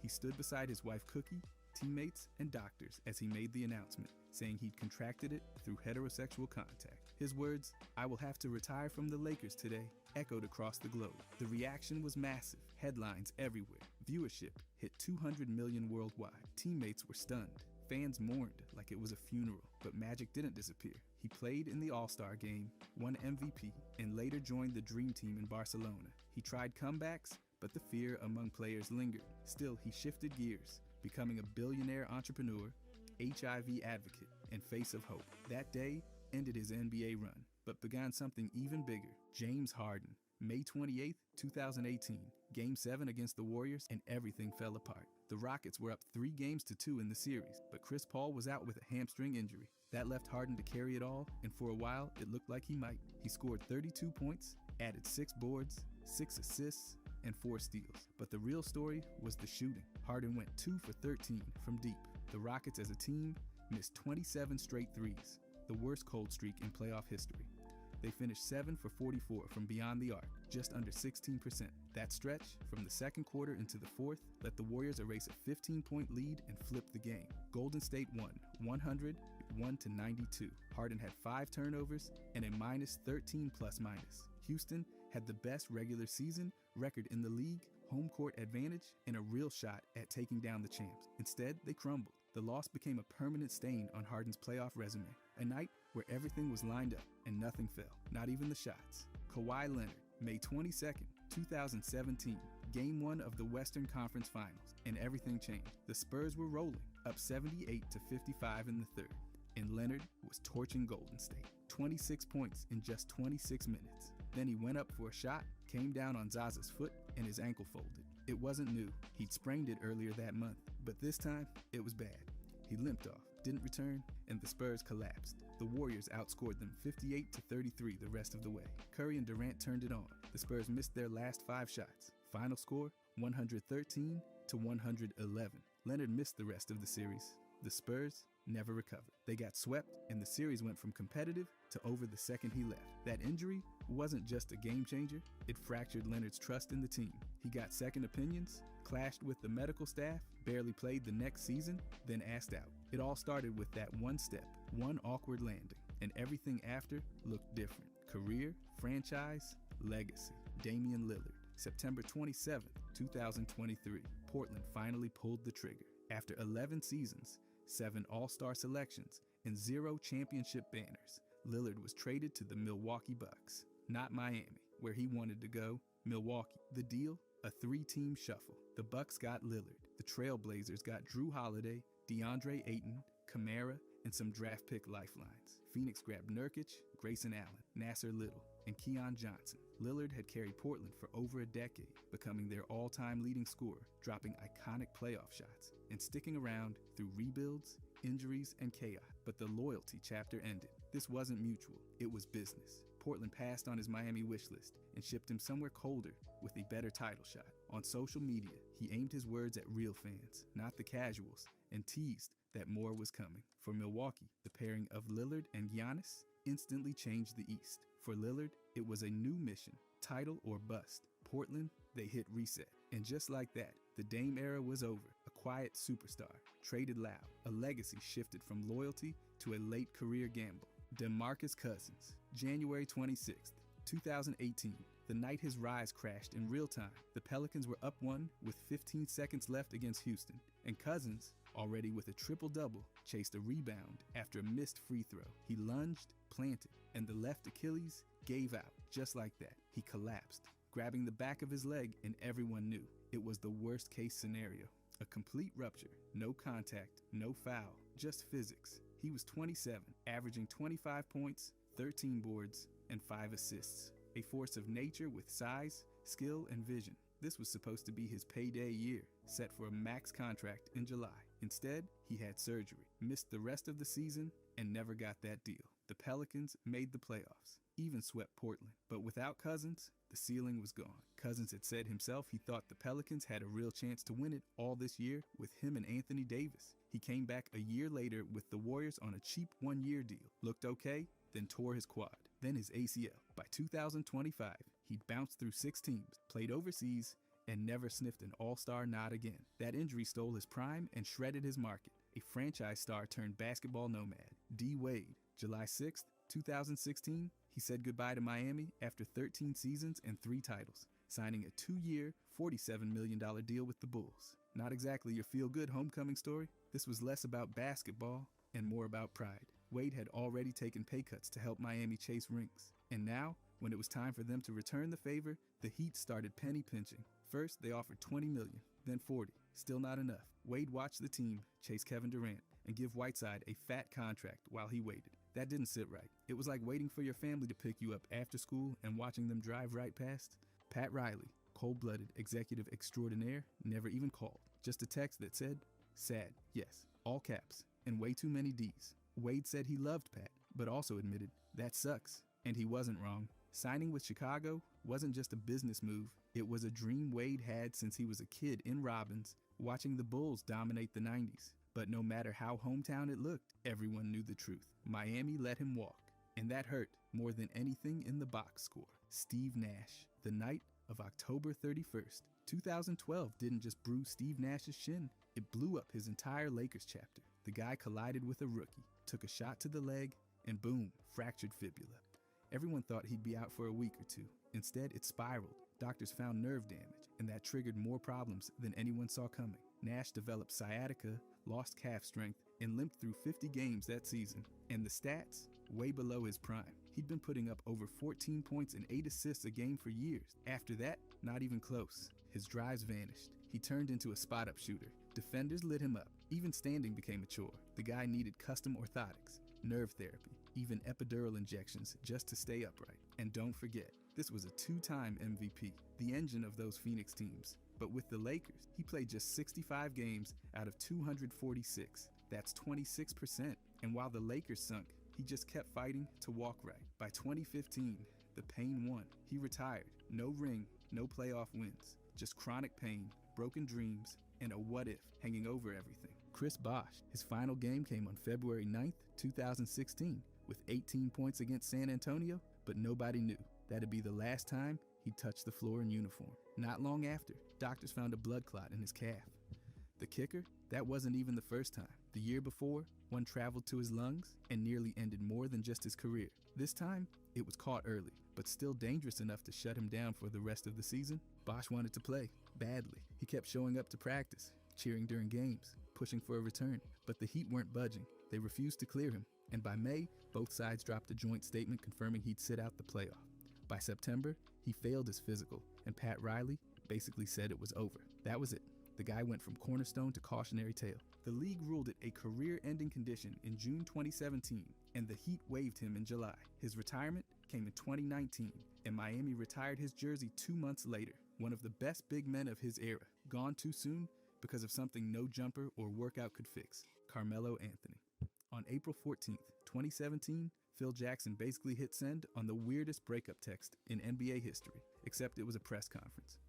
He said Anthony would be better off somewhere else, tossing gasoline on a fire that had been smoldering for months. That comment wasn't some slip-up. Jackson had been needling him publicly for a while. Back in February, he quoted a Bleacher Report article criticizing Anthony and threw in a leopard joke, implying Carmelo couldn't or wouldn't change. The issue? Anthony had a no-trade clause. He wasn't just walking out the door because Jackson got passive-aggressive, so things got awkward fast. Jackson doubled down in June, saying the team wasn't built for Anthony's success and throwing shade at their title chances. At this point, it was a staring contest, and the only thing more uncomfortable than the press quotes was the Instagram post Anthony fired back. Really?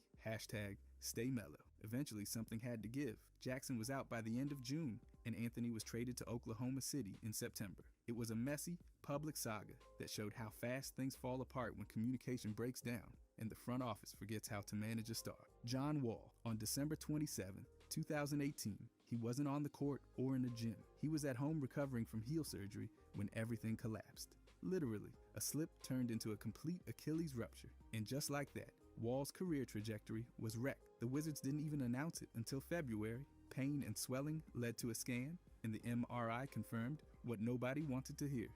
He had just gone under the knife the day before to fix a heel problem. And then this? Unreal. The Achilles snapped, and the recovery was brutal. Infection delayed everything, and rehab became a nightmare. He was supposed to miss weeks, not years. Instead, Wall sat for over 700 days. No games in 2019. None in 2020. When he finally came back in Houston, he still had game. 20 points per night, but the burst was gone. His contract, $170 million with $80 guaranteed. It became dead weight. The Wizards traded him. The Rockets sat him. The Clippers waived him. And the league moved on, from 5-time All-Star to unsigned by 25. That injury didn't just end a season, it closed the book on his prime.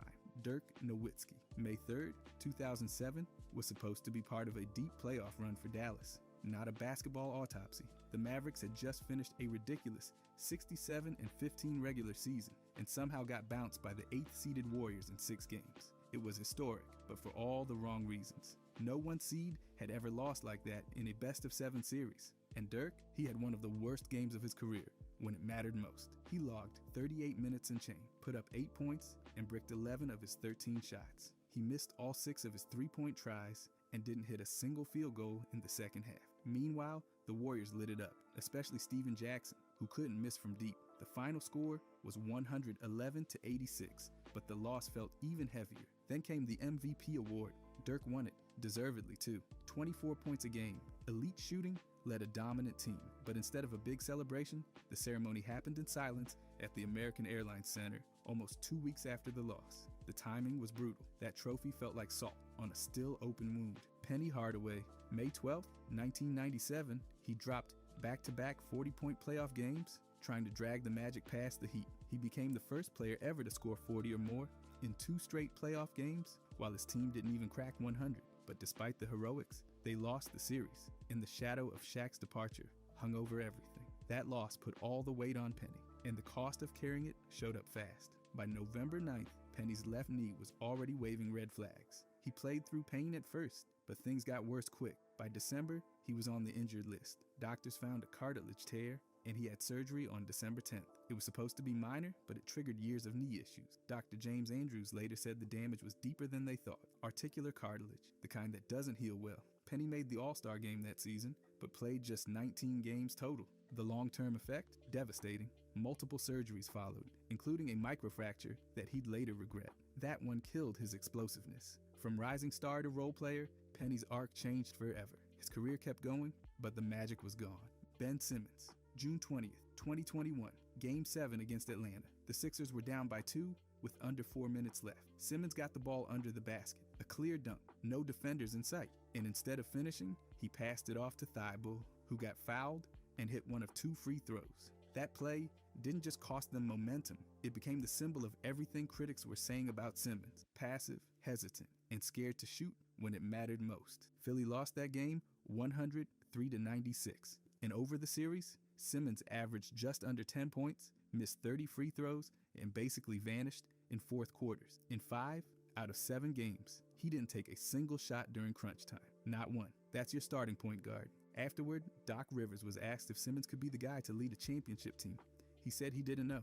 Joel Embiid pointed directly at the passed-up dunk. That summer, Simmons wanted out. He skipped training camp, citing mental health struggles, and eventually got traded to Brooklyn. But between injuries and setbacks, he barely played. By 2025, he was waived. One play started it all. DeMar, July 18, 2018. The Raptors hit send on one of the coldest texts in franchise history, except this time, it was a full-blown trade. After 9 seasons, DeMar and a protected first-rounder were shipped to San Antonio for Kawhi Leonard and Danny Green. This wasn't just about names on paper. DeMar was the Raptors' all-time leading scorer, a 4-time All-Star, and the face of the team. What made it sting more? He'd just been told he wasn't getting traded. His response came fast. Be told one thing and the outcome another. Can't trust him. That wasn't just disappointment, that was betrayal. The business side showed up in a suit and kicked loyalty out the back door. Then, the plot twist. Kawhi led the Raptors to a title that same season. Finals MVP, championship parade, legacy secured. Meanwhile, DeMar and the Spurs bowed out in round 1, but DeMar didn't flinch. Later, he said he believed the Raptors would have won it all with him too. Whether you agree or not, the trade changed everything. Toronto got a ring, but lost a cornerstone. DeMar got blindsided and learned the hard way that loyalty doesn't always make the cut in pro basketball. Brandon Roy. December 9th, 2011, he walked away from the NBA at just 27 years old. Not because he wanted to, but because his knees gave him no choice. The guy had no cartilage left, just bone grinding on bone. Every step hurt, every jump was a risk. And it wasn't from lack of effort. He had surgeries, rehab, all of it. But the damage couldn't be undone. The season before, in 2010, he had procedures on both knees. Still, he gave Portland one more flash of brilliance. 18 points in the fourth quarter of a comeback win in the playoffs. It was vintage Roy, but that spark couldn't carry him through the pain. The team used the amnesty clause, wiped his contract off the books, and he still got the $63 million owed to him. Then came the brief comeback. Roy signed with Minnesota in 2012, tried platelet-rich plasma therapy, and gave it a shot. 5 games, 1 more surgery, and it was over for good. Post-retirement, he pivoted fast, became a high school coach in Seattle. Undefeated season, National Coach of the Year. His playing career ended too soon, but his influence still going strong. Joel Embiid, May 12th, 2019. The Sixers were seconds away from forcing overtime in Game 7 against Toronto. The score was tied, tension through the roof, and Kawhi Leonard caught the inbound. He dribbled to the corner, launched a fadeaway over Embiid's fully extended arm, and the ball hit the rim. Once, twice, 3 times, then a 4th, and finally, it dropped, 92-90. Just like that, the Sixers were out. It was the first Game 7 buzzer beater in NBA playoff history. Not exactly the side of history you want to be on. Embiid had chased Leonard to the corner, did everything right on the contest, and still watched the ball fall. His reaction said it all. He left the court in tears. Completely gutted, Raptors center Marc Gasol walked over and consoled him as the arena exploded. That shot didn't just end the Sixers season, it carved a permanent place in Embiid's legacy. He'd fought through injury that postseason and gave everything in that series, but the bounce wasn't his. It became a brutal turning point for Philly and a lasting image of Embiid's heartbreak. A superstar watching history happen at his own expense. Ricky Rubio, March 9th, 2012. The Timberwolves were finally turning heads, sitting just above 500. With real playoff hopes for the first time in years. Rubio was electric. 10 points, 8 assists, over 2 steals a game, and everything in Minnesota felt alive again. Then came the Lakers game. Late fourth quarter, Rubio slid to defend Kobe Bryant, planted wrong, and his left knee crumpled. Just like that, it was over. The next day, the MRI confirmed a torn ACL and LCL.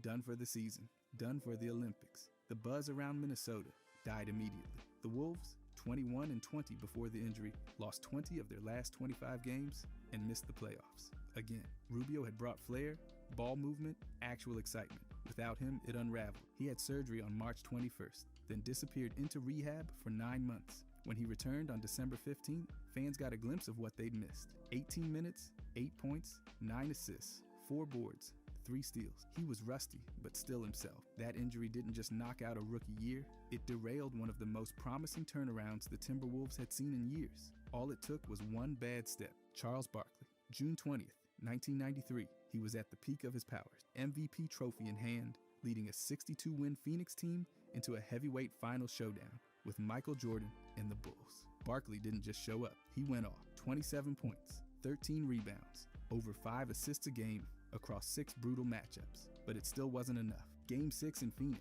the Suns had clawed out a late 4-point lead. Everything was lining up. Then John Paxson buried a wide-open 3 with under 4 seconds left to flip the score. On the Suns' last chance, Horace Grant blocked Kevin Johnson. That was it, 99-98. Chicago's third title, Barkley's best shot, gone. He'd carried that team, fought through Jordan's relentless onslaught, and nearly pulled off a miracle. Jordan averaged 41 a game, still the highest in finals history. Barkley did everything right, and it still slipped away. Years later, Barkley admitted the pain never left. He said he couldn't sleep, couldn't shake it. That moment didn't just end the series, it burned itself into his legacy. The MVP without a ring, a titan standing inches from glory, watching it fall apart in front of a home crowd. Rudy Gobert. March 9th, 2020, he thought he was being funny. At a media session, he leaned over and tapped every microphone and recorder on the table, joking about the league's new COVID restrictions. Just a little mockery of the locker room protocols, right? 2 days later, he tested positive for the virus. The NBA shut down that night. It was chaos. The Jazz were seconds from tip-off in Oklahoma City when word came through. Game canceled. Fans sent home. Then the league suspended the season indefinitely. And that mic stunt, it exploded online. What was supposed to be a joke turned into the face of a pandemic shutdown. Teammates weren't thrilled, especially Donovan Mitchell, who also tested positive. Reports came out about tension in the locker room. Trust got tested. Gobert apologized quickly, called his actions thoughtless, and admitted he put people at risk. The league used his diagnosis as a wake-up call, and everything changed from that moment on. That clip of him touching the mics wasn't just awkward, it became a symbol. One gesture, one virus, one massive pause. Gobert didn't just stop a game, he stopped the entire league with one of the worst timed jokes in sports history. Jason Tatum, May 12th, 2025.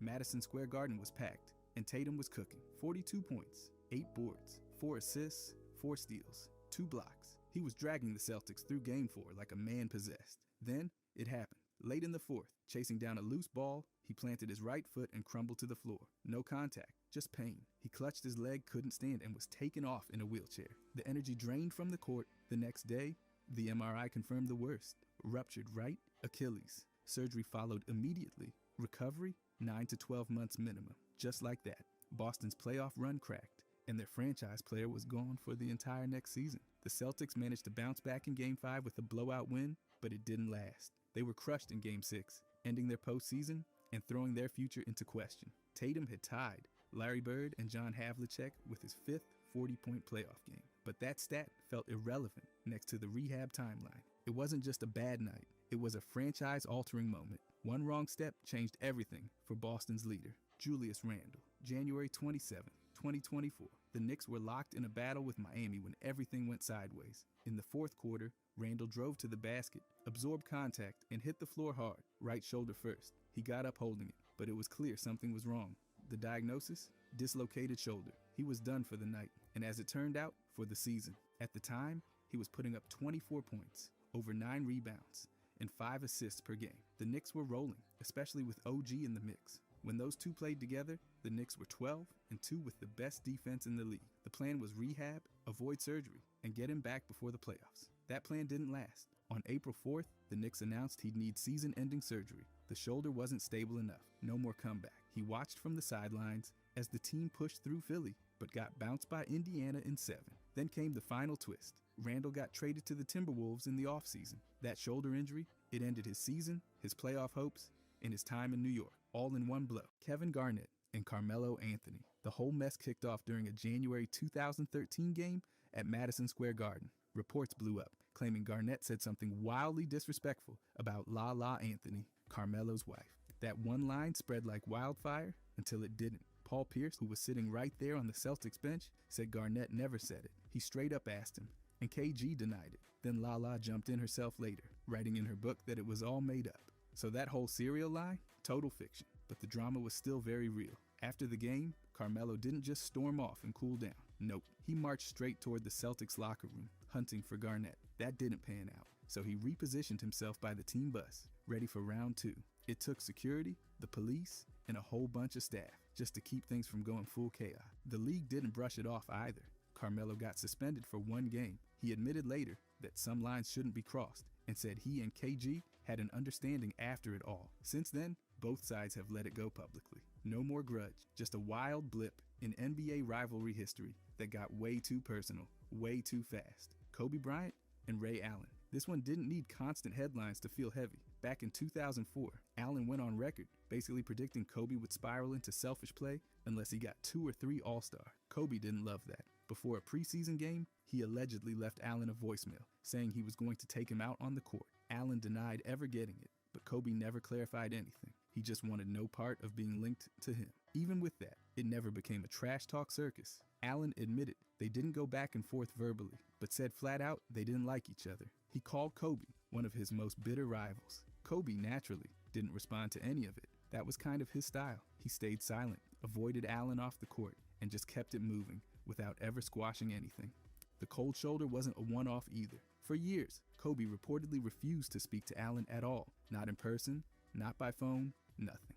The beef lasted deep into their careers, well past their battles in the Lakers-Celtics matchups. Even after retirement, Allen still spoke on it, like it never ended. There's no record of reconciliation, and with Kobe's passing in 2020, the rivalry stayed frozen. No closure, no truce, just lasting tension that never quite cooled down. Draymond Green and Jordan Poole. On October 5th, 2022, during a Warriors practice, Green walked up to Poole, exchanged words, got shoved, and then unleashed a full right hook that knocked Poole flat. TMZ leaked the footage 2 days later, and that changed everything. No more behind closed doors drama. It was all out there. What followed wasn't just a team meeting and some awkward silence. Golden State's chemistry cracked. Analysts tied their rocky start and brutal road record to the punch. Even coach Steve Kerr admitted they lost trust. Bob Myers, their general manager, had his doubts about Green's influence, and no one downplayed how much it shook the team. Green apologized publicly, then took time away from the team. Months later, he called it one of his biggest failures and said it taught him a lot. The Warriors fined him, but didn't suspend him. Yeah, just a fine. No hard line drawn. Then came the trade. Poole went to Washington on July 6th, 2023 in a deal that brought in Chris Paul. He unfollowed Green online, which in today's world says a lot. Reports say their relationship stayed rocky. Green later told Poole to move on. Poole's playing well now, but the grudge hasn't totally vanished. This wasn't just a punch, it was a breaking point that still echoes around the league. By the way, if you guys want to subscribe, I'm going to be posting every day. Thanks. Anyways, Larry Bird and Bill Laimbeer. That fight in May 1987 wasn't just another playoff scuffle, it was a perfect snapshot of how much they hated each other. Bird had already called Laimbeer a cheap shot artist, and honestly, he wasn't alone.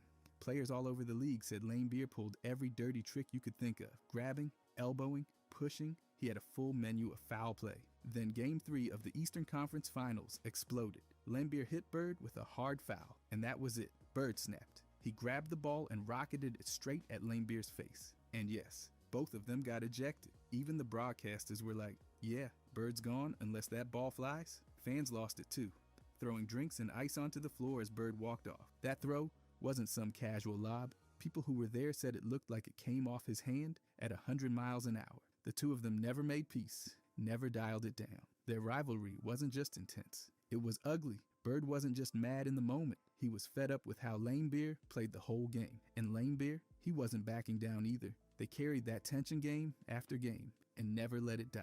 Markieff Morris and Nikola Jokic. November 9th, 2021.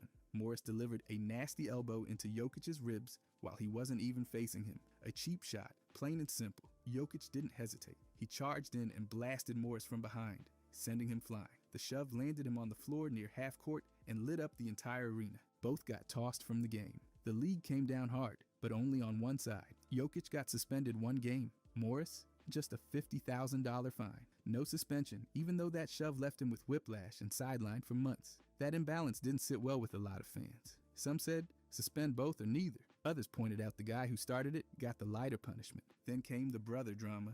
Marcus Morris tweeted about Jokic hitting from behind. Noted, he said, the Jokic brothers didn't let that go. They made a Twitter account just to fire back, warning Marcus not to step further, or they'd be waiting. Things got so wild, security was reportedly beefed up for their next matchup. There's been no public resolution, no handshake, nothing. Jokic later admitted he felt bad, but no direct apology was ever made. The tension didn't end with the game. It extended into the family, social media, and months of rehab. This wasn't just a hard foul and a shove. It turned into one of the most heated, unresolved feuds in recent league memory. Ben Simmons and Joel Embiid. After the Sixers flamed out in that 2021 Game 7 loss to Atlanta, Simmons was roasted for freezing up. He missed 29 free throws and didn't take a single field goal attempt in the fourth quarter of 5 games. Then he vanished. No training camp, no preseason, and a string of missed team events that cost him over $10 million in fines. At one point, he became the most fined player in league history.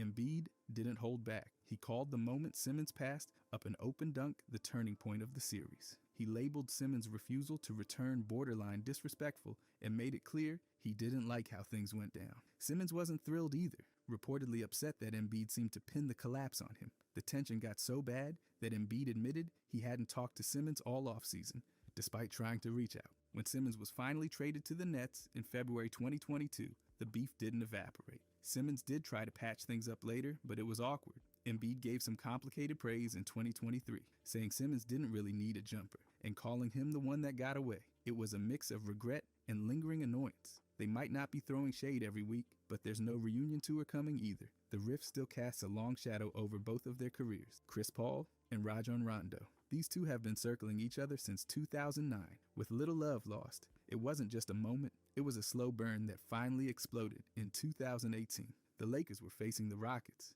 and things went nuclear. Rondo allegedly spit in Paul's face. Whether accidental or deliberate, Paul didn't wait for a second opinion. He jabbed a finger in Rondo's face, and the fist flew. Rondo landed one. Paul answered. Brandon Ingram even joined in from the side and made it worse. The league stepped in quick. Rondo got suspended 3 games. Paul got 2. Ingram led the punishment parade with 4. But what made it more than just a scuffle was the history. Reports made it clear this wasn't out of nowhere. Their tension dated back almost a decade. Celtics versus Hornets matchups that had built up into pure resentment. And even after the smoke cleared, Rondo kept firing. He reportedly called Paul fake tough, showing no signs of backing off or letting things go. There's no handshake, no mutual respect, just 2-point guards who can't stand each other. The league's verdict may have ended the fight on paper, but that rivalry still burning. And with both of them still around in league circles, it's probably not over. Kobe Bryant and Dwight Howard. Their beef was loud, public, and totally unresolved. In October 2014, during a game between the Rockets and Lakers, Howard elbowed Kobe during a rebound. Kobe snapped back, called him soft to his face, and yelled, "Try me," with zero hesitation. Both got hit with technicals. But the message was clear. Kobe wasn't bluffing. That moment wasn't just heat of the battle stuff. It went way back. During their short time as Lakers teammates in the 2012 to 2013 season, things were already bad. The dynamic was toxic.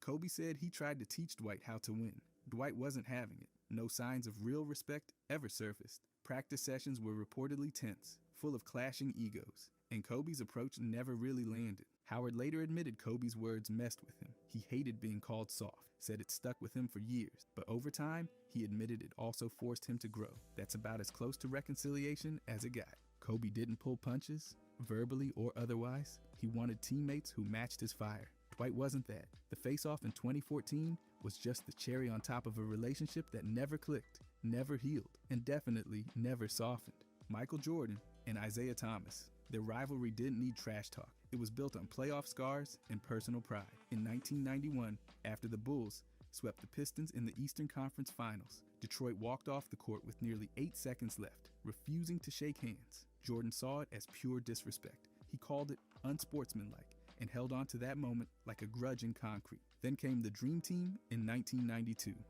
Thomas was one of the league's top guards, but he wasn't invited. Publicly, Jordan denied pushing for the snub.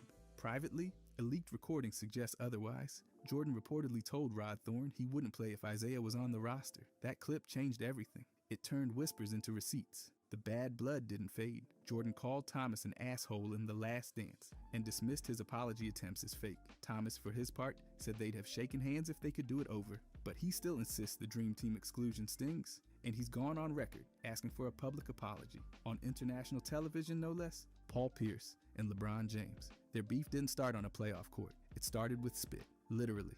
In a 2003 preseason game, Pierce was ejected and fined $15,000 for spitting toward the Cavaliers bench. LeBron was sitting there as a rookie. Pierce later admitted it happened after he shouted something about why they were riding the bench. Kendrick Perkins backed it up, saying that moment lit the fuse. According to him, they still don't speak. Even now, the tension didn't stop there. Things got physical fast. That same night, a near fight broke out. Teammates had to carry Pierce off the floor before punches flew. It wasn't some regular season stare down. This was preseason, and it still nearly turned into a full-blown brawl. Years later, Pierce has kept the energy alive. He's gone on FS1 shows and questioned LeBron's entire legacy.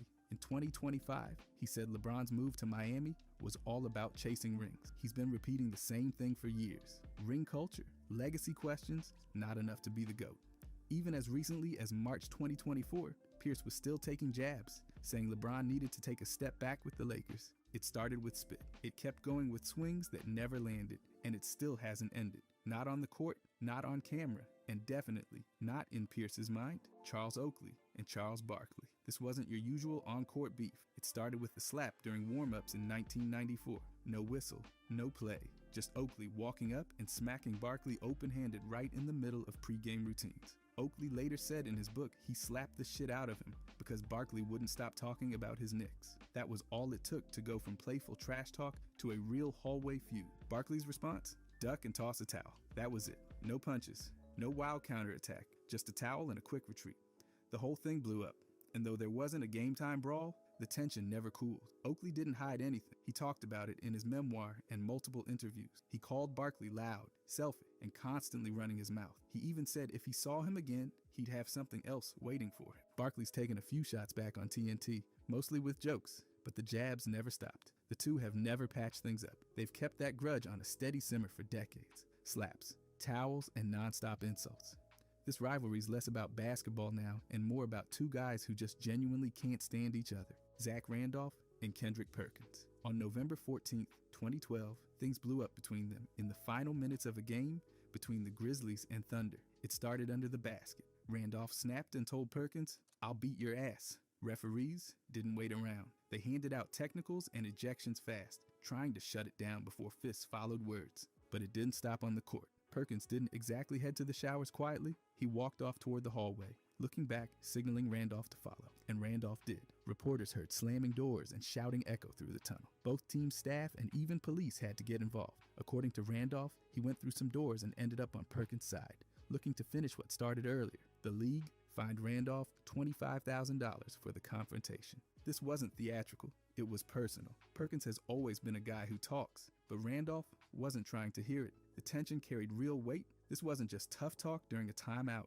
They were both ready to throw down in the back hallway of an NBA arena. The rivalry never turned into a full-blown physical brawl, but it got about as close as possible without swinging. Chris Paul and Blake Griffin. They were the faces of Lob City from 2011 to 2017. But once Paul got traded to Houston, whatever relationship they had quietly dissolved. Paul said he kept in touch with some Clippers, but Griffin, not really. That silence turned into something louder during Paul's first trip back to LA in a Rockets jersey. On January 15th, 2018, things got ugly. The Clippers won the game, but the real fireworks were after the buzzer. Paul, along with Harden, Ariza, and Green, took the back tunnel that connects the visitors' locker room to the Clippers area, something only insiders knew about. Reports say the group was looking for Griffin and Austin Rivers. Staff and security stopped them before things went further, but it was serious enough that police were called to calm it down.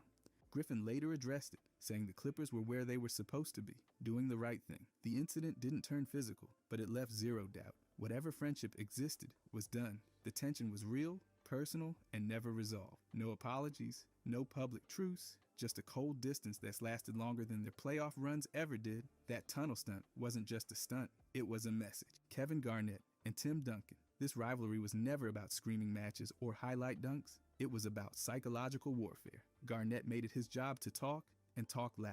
He trash talk all game long, especially against Duncan. The rumor mill spun a brutal story about Garnett taunting Duncan on Mother's Day in 1999, allegedly referencing Duncan's late mother. Then there's the claim Duncan said, "I'll kill him" in response. Garnett thrived on trying to mess with Duncan's head. He said so himself. Trash talking was part of his arsenal. Duncan, though, didn't take the bait. He never reacted. Not once. He just played, quietly dismantling opponents, while Garnett tried to provoke a response that never came. That contrast, Garnett loud and confrontational, Duncan silent and lethal, defined their battles for years. So the real beef wasn't about insults or fights. It was mental. One guy shouted, the other didn't flinch. And that silence drove Garnett even crazier than any comeback ever could. Kareem and Kent Benson. This rivalry didn't build. It detonated. In the season opener of 1977, rookie Kent Benson came out swinging. Literally, just 2 minutes into his first NBA game, Benson elbowed Kareem in the stomach or chest.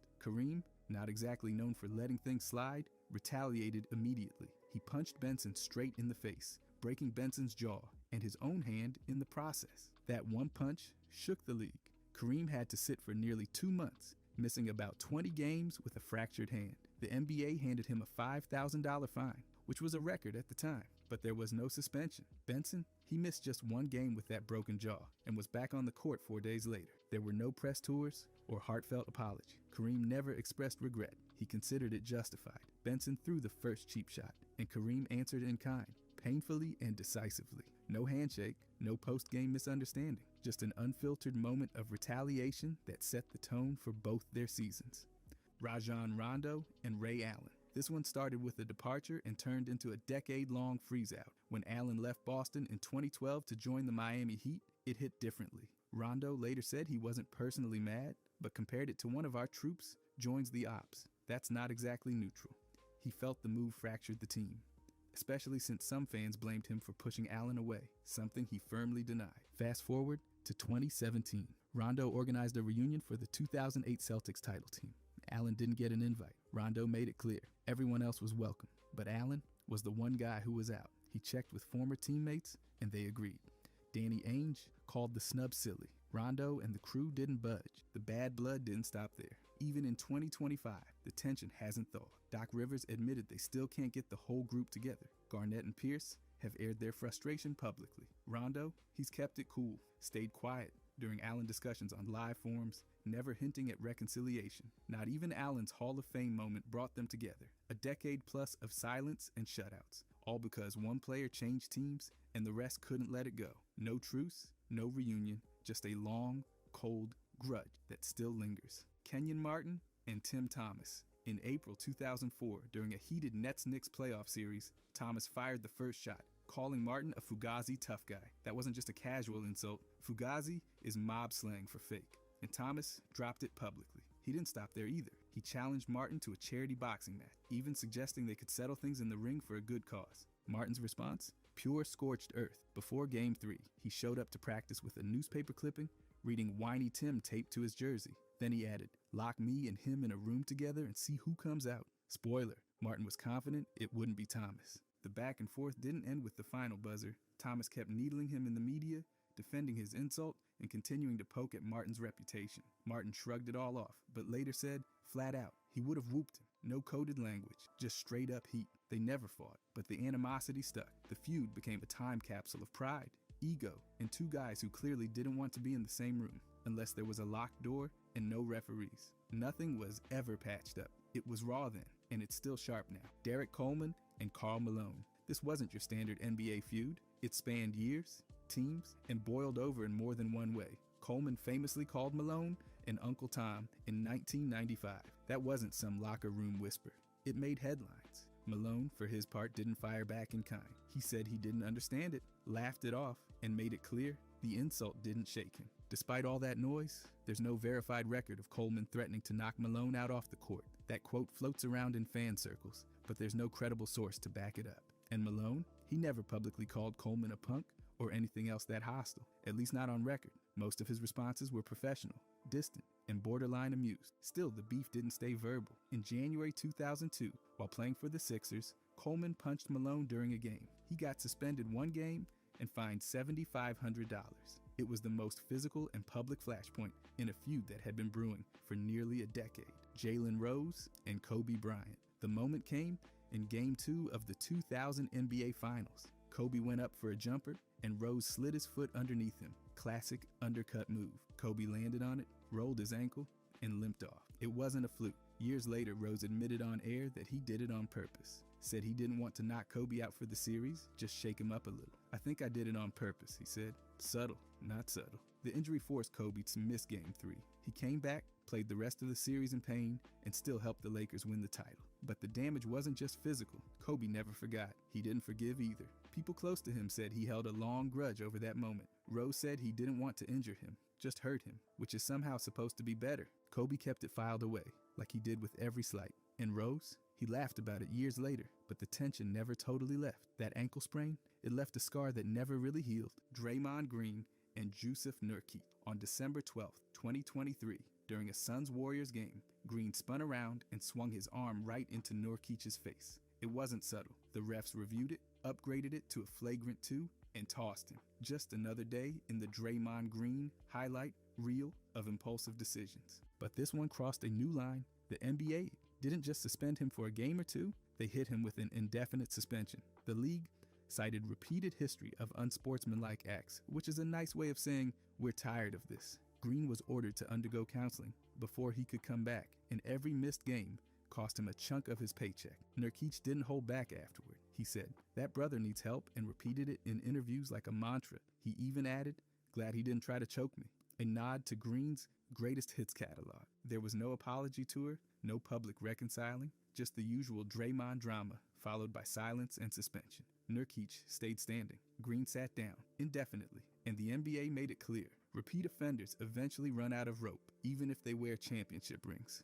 Larry Johnson and Alonzo Mourning. Things got wild in Game 4 of the 1998 playoffs. Just 1.4 seconds left on the clock, and the Knicks were about to seal a win when Larry Johnson and Alonzo Mourning decided it was time to throw hands. Johnson swung first, Mourning fired back, and the whole thing spiraled from there. It wasn't just a little push and shove either. Players sprinted from the benches like it was a track meet. The refs lost control, and Jeff Van Gundy somehow ended up clinging to Mourning's leg like a determined toddler. This wasn't just a random blow-up. These two had a history, and not the fun kind. Back when they were teammates in Charlotte, there was tension over everything. Roles, contracts, egos. It brewed for years until it finally exploded on national television. And no, they never made up. The league came down hard. Mourning got hit with a 2-game suspension and a $20,000 fine.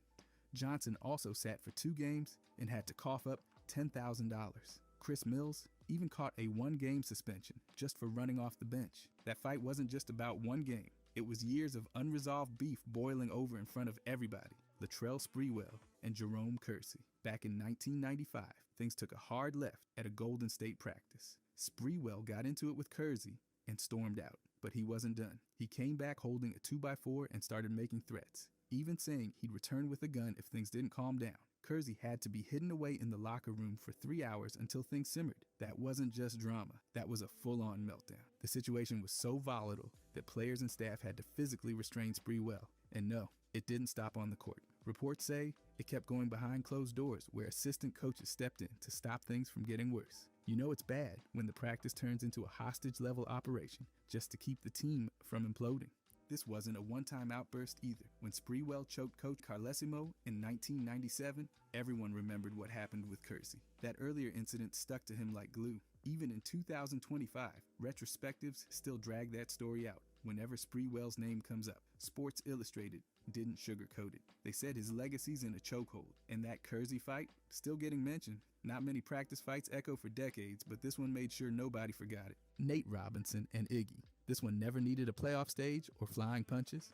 Nate took it straight to the blogosphere. He didn't just throw shade, he dragged Iggy with both hands, calling him a phony and a fake tough guy. He claimed Iggy acted like a different person depending on who was watching. One way for cameras and coaches, another way behind closed doors. And Nate wasn't subtle. He flat out said he would have fought Iggy in the tunnel If team security hadn't been around, this wasn't a friendly competition kind of feud. It got real personal. The jabs flew through interviews, blog posts, and social media. Nate accused Iggy of going full Hollywood and not keeping it real with teammates. He painted Iggy as a guy who smiled for the cameras but disrespected the locker room. Iggy didn't go as loud, but reports say he clapped back in private. No on-camera meltdowns, no courtside showdowns, just a quiet but nasty back and forth that didn't go away when the season ended. J.R. Smith and Brandon Jennings. This one didn't start with elbows or rebounds. It started on Twitter in November of 2013. Jennings sent out a tweet questioning why Chris Smith, J.R.'s brother, was on the Knicks roster. He name-dropped players like Pooh Jeter and Bobby Brown, asking why they weren't getting that spot instead. Jennings tried to walk it back, saying it wasn't serious, but the tweet was already out there, and J.R. definitely saw it. J.R. fired back almost instantly. He called Jennings out for deleting tweets and added a pair of hashtags that made his mood crystal clear. Then he took it up a few notches, posting something about calling his number street homies and putting Detroit on Smash. Yeah, the league didn't love that. The NBA dropped a $25,000 fine on him for hostile and inappropriate language. They launched an investigation and let everyone know this wasn't the kind of thing they just ignore. Smith later tried to explain it all away. He said it wasn't a threat and claimed he sees Jennings in Los Angeles all the time. According to him, it was just about sticking up for his little brother. But no matter what the explanation was, that fine stuck, and so did the headline. If you enjoyed this, I'm going to be posting a lot here. I would greatly appreciate it if you could subscribe. Thanks for watching.